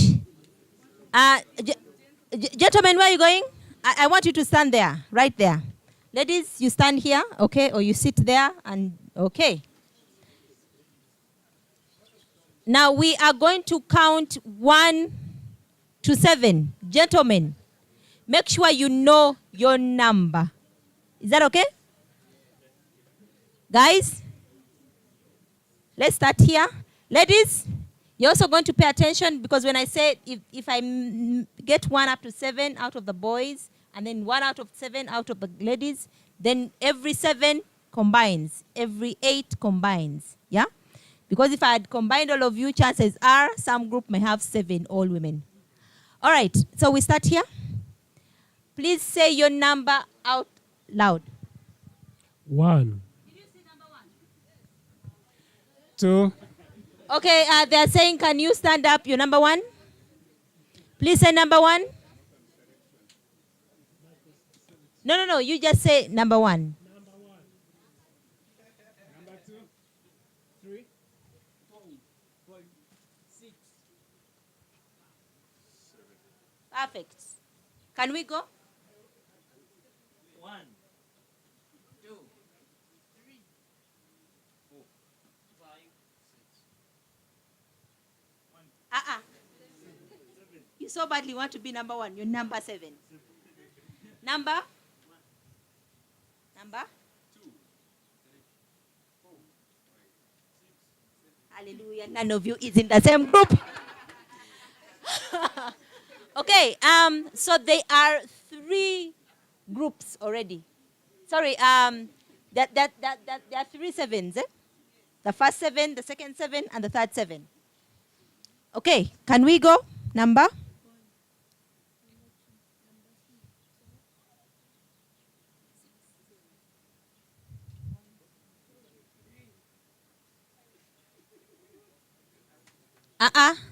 Number?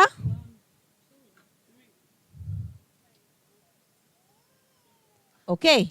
Number? Nyabo? Okay, we have 3 sevens from the ladies. Can I get all the number 1s? Go to the corner. All the number 2s, can we move at the back? Number 3s will remain here. Can I get the number 4 standing there? We're going to come because we're going to start brainstorming. Number 5. There's a tree there, number 5. There are 6 5s. All 5s move there. And all the number 7s move in that sand there. I'm coming to each group.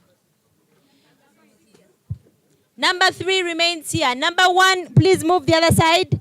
Number 2, we move here. Oh, number 4. Number 4 this side, sorry. Number 2 in the back. At the back where we were playing from. Number 6. Number 5. Continue, number 5. Number 5, you're there. The guys are waiting for you. Your number? Okay, number 7 is here. Any other number 7?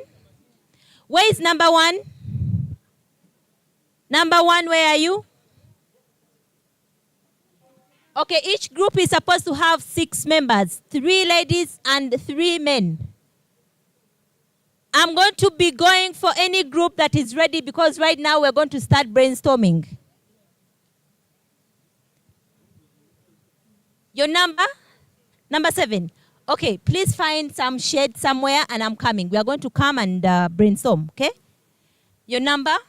Number 4, sit there and you start thinking of tomorrow. What is going to happen? What are we going to do? Please find a seat. Get comfortable.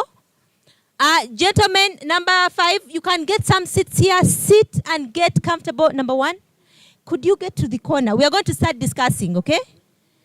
Get a seat, go somewhere and get comfortable and we start to brainstorm. Okay, this is number 2. Can you get some seats and get into a circle? Get your seats here. Get comfortable. We have about 5 to 10 minutes. And we should be closing this session. We should be closing this session in the next 10 minutes.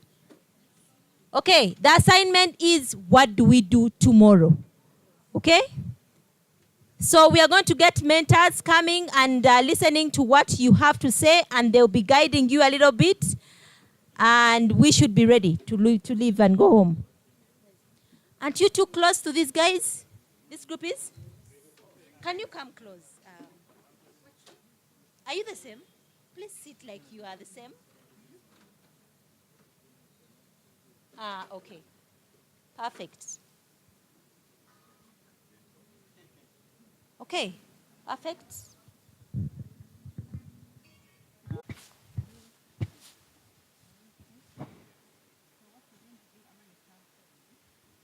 Decide who is going to be like the team leader, what we may call a chairman or a team leader. Then we have an accountant or the treasurer, someone who handles the money, who keep your money, who keep the money and account. Then we also need a secretary who takes note of every